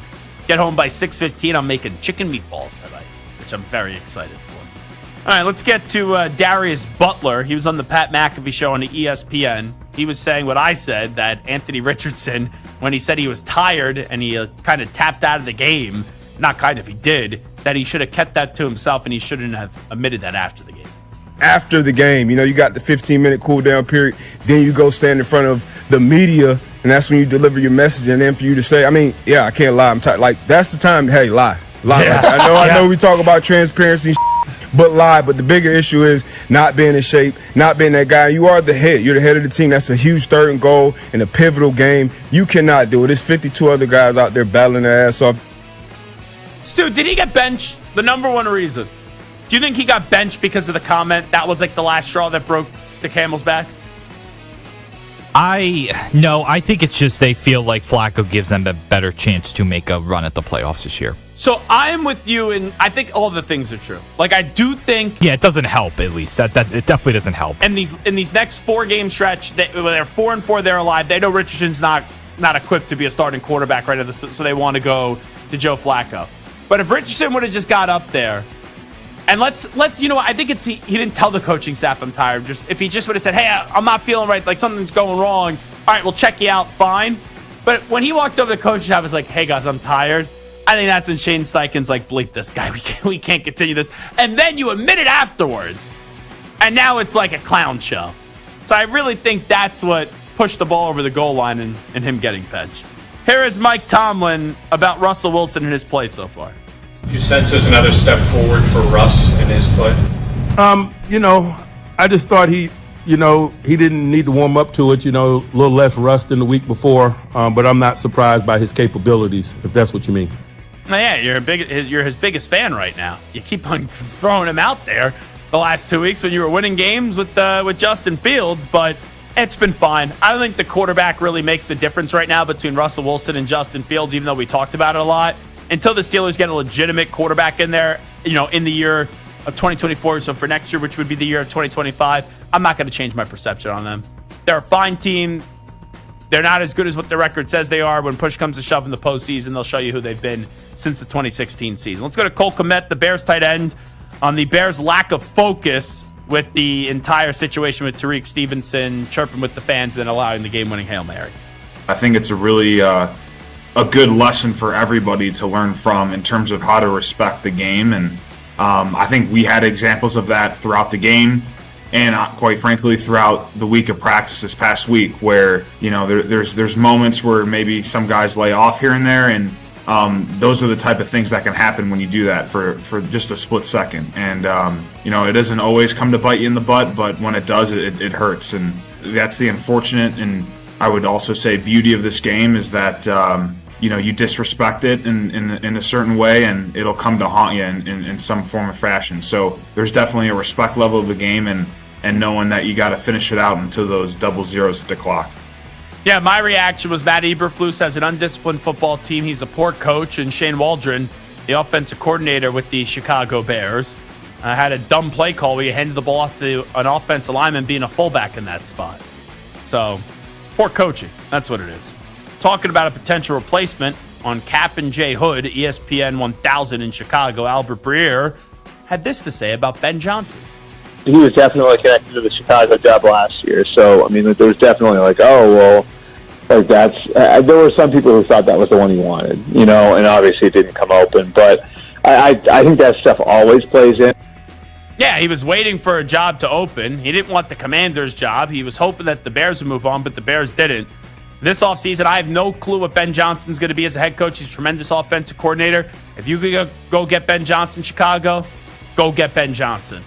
Because it's better. It can't be worse than Eberflus. I'll tell you, and Shane Waldron. Can't be worse than that. Here is Stefon Diggs on why they lost to the 49ers. This is on, of course, Micah Parsons' podcast. I feel like it was their coach. You know, they had great coaching, just adjusting to the things that we were running. Like, it felt like everything that they called was just a counter to what we were in, you know, and it was just like we was SOL. So, you know, they got good players. You know, Debo had a great game. Kittle, you know, Purdy's over here doing his thing as well. So, you know, they got pieces. You know, they got the right pieces. So they was executing. I only got a minute left in the show, so I don't want to sound off and yell and send everybody into a crazy mood into the rest of their long Tuesday. Is there ever any accountability taken with these clowns in Dallas? Seriously. Oh, yeah, it's the other team's coaching staff so great, so our coaching staff sucks. They can't adapt. Do the players ever say, hey, this was on me? Hey, this is my fault? Just zero, and I mean zero accountability in Dallas. It's really just annoying. Stefon Diggs, let me tell you, this guy, with what he did after the game, and I talked about it yesterday, and then what he just pulled with the Micah Parsons podcast, it's just low class. And it's everybody's fault but his own. Just point the finger. There's nothing worse than the point the finger guy. You never want to be the point the finger guy. All right? You don't say, oh, it's that person's fault, that person's fault, that person's fault, that person's fault. You eventually got to take some ownership. All righty. Fun edition of the Zach Gelb Show on a Tuesday. Stu, thank you. Samter, thank you as well. Ack, thank you as well. And a big thanks to Jake Retzlaff for joining us, in addition to Rhys Hoskins. And each and every one of you, we appreciate you tuning in. We'll be back on a Wednesday at 3 p.m. Eastern, noon Pacific time.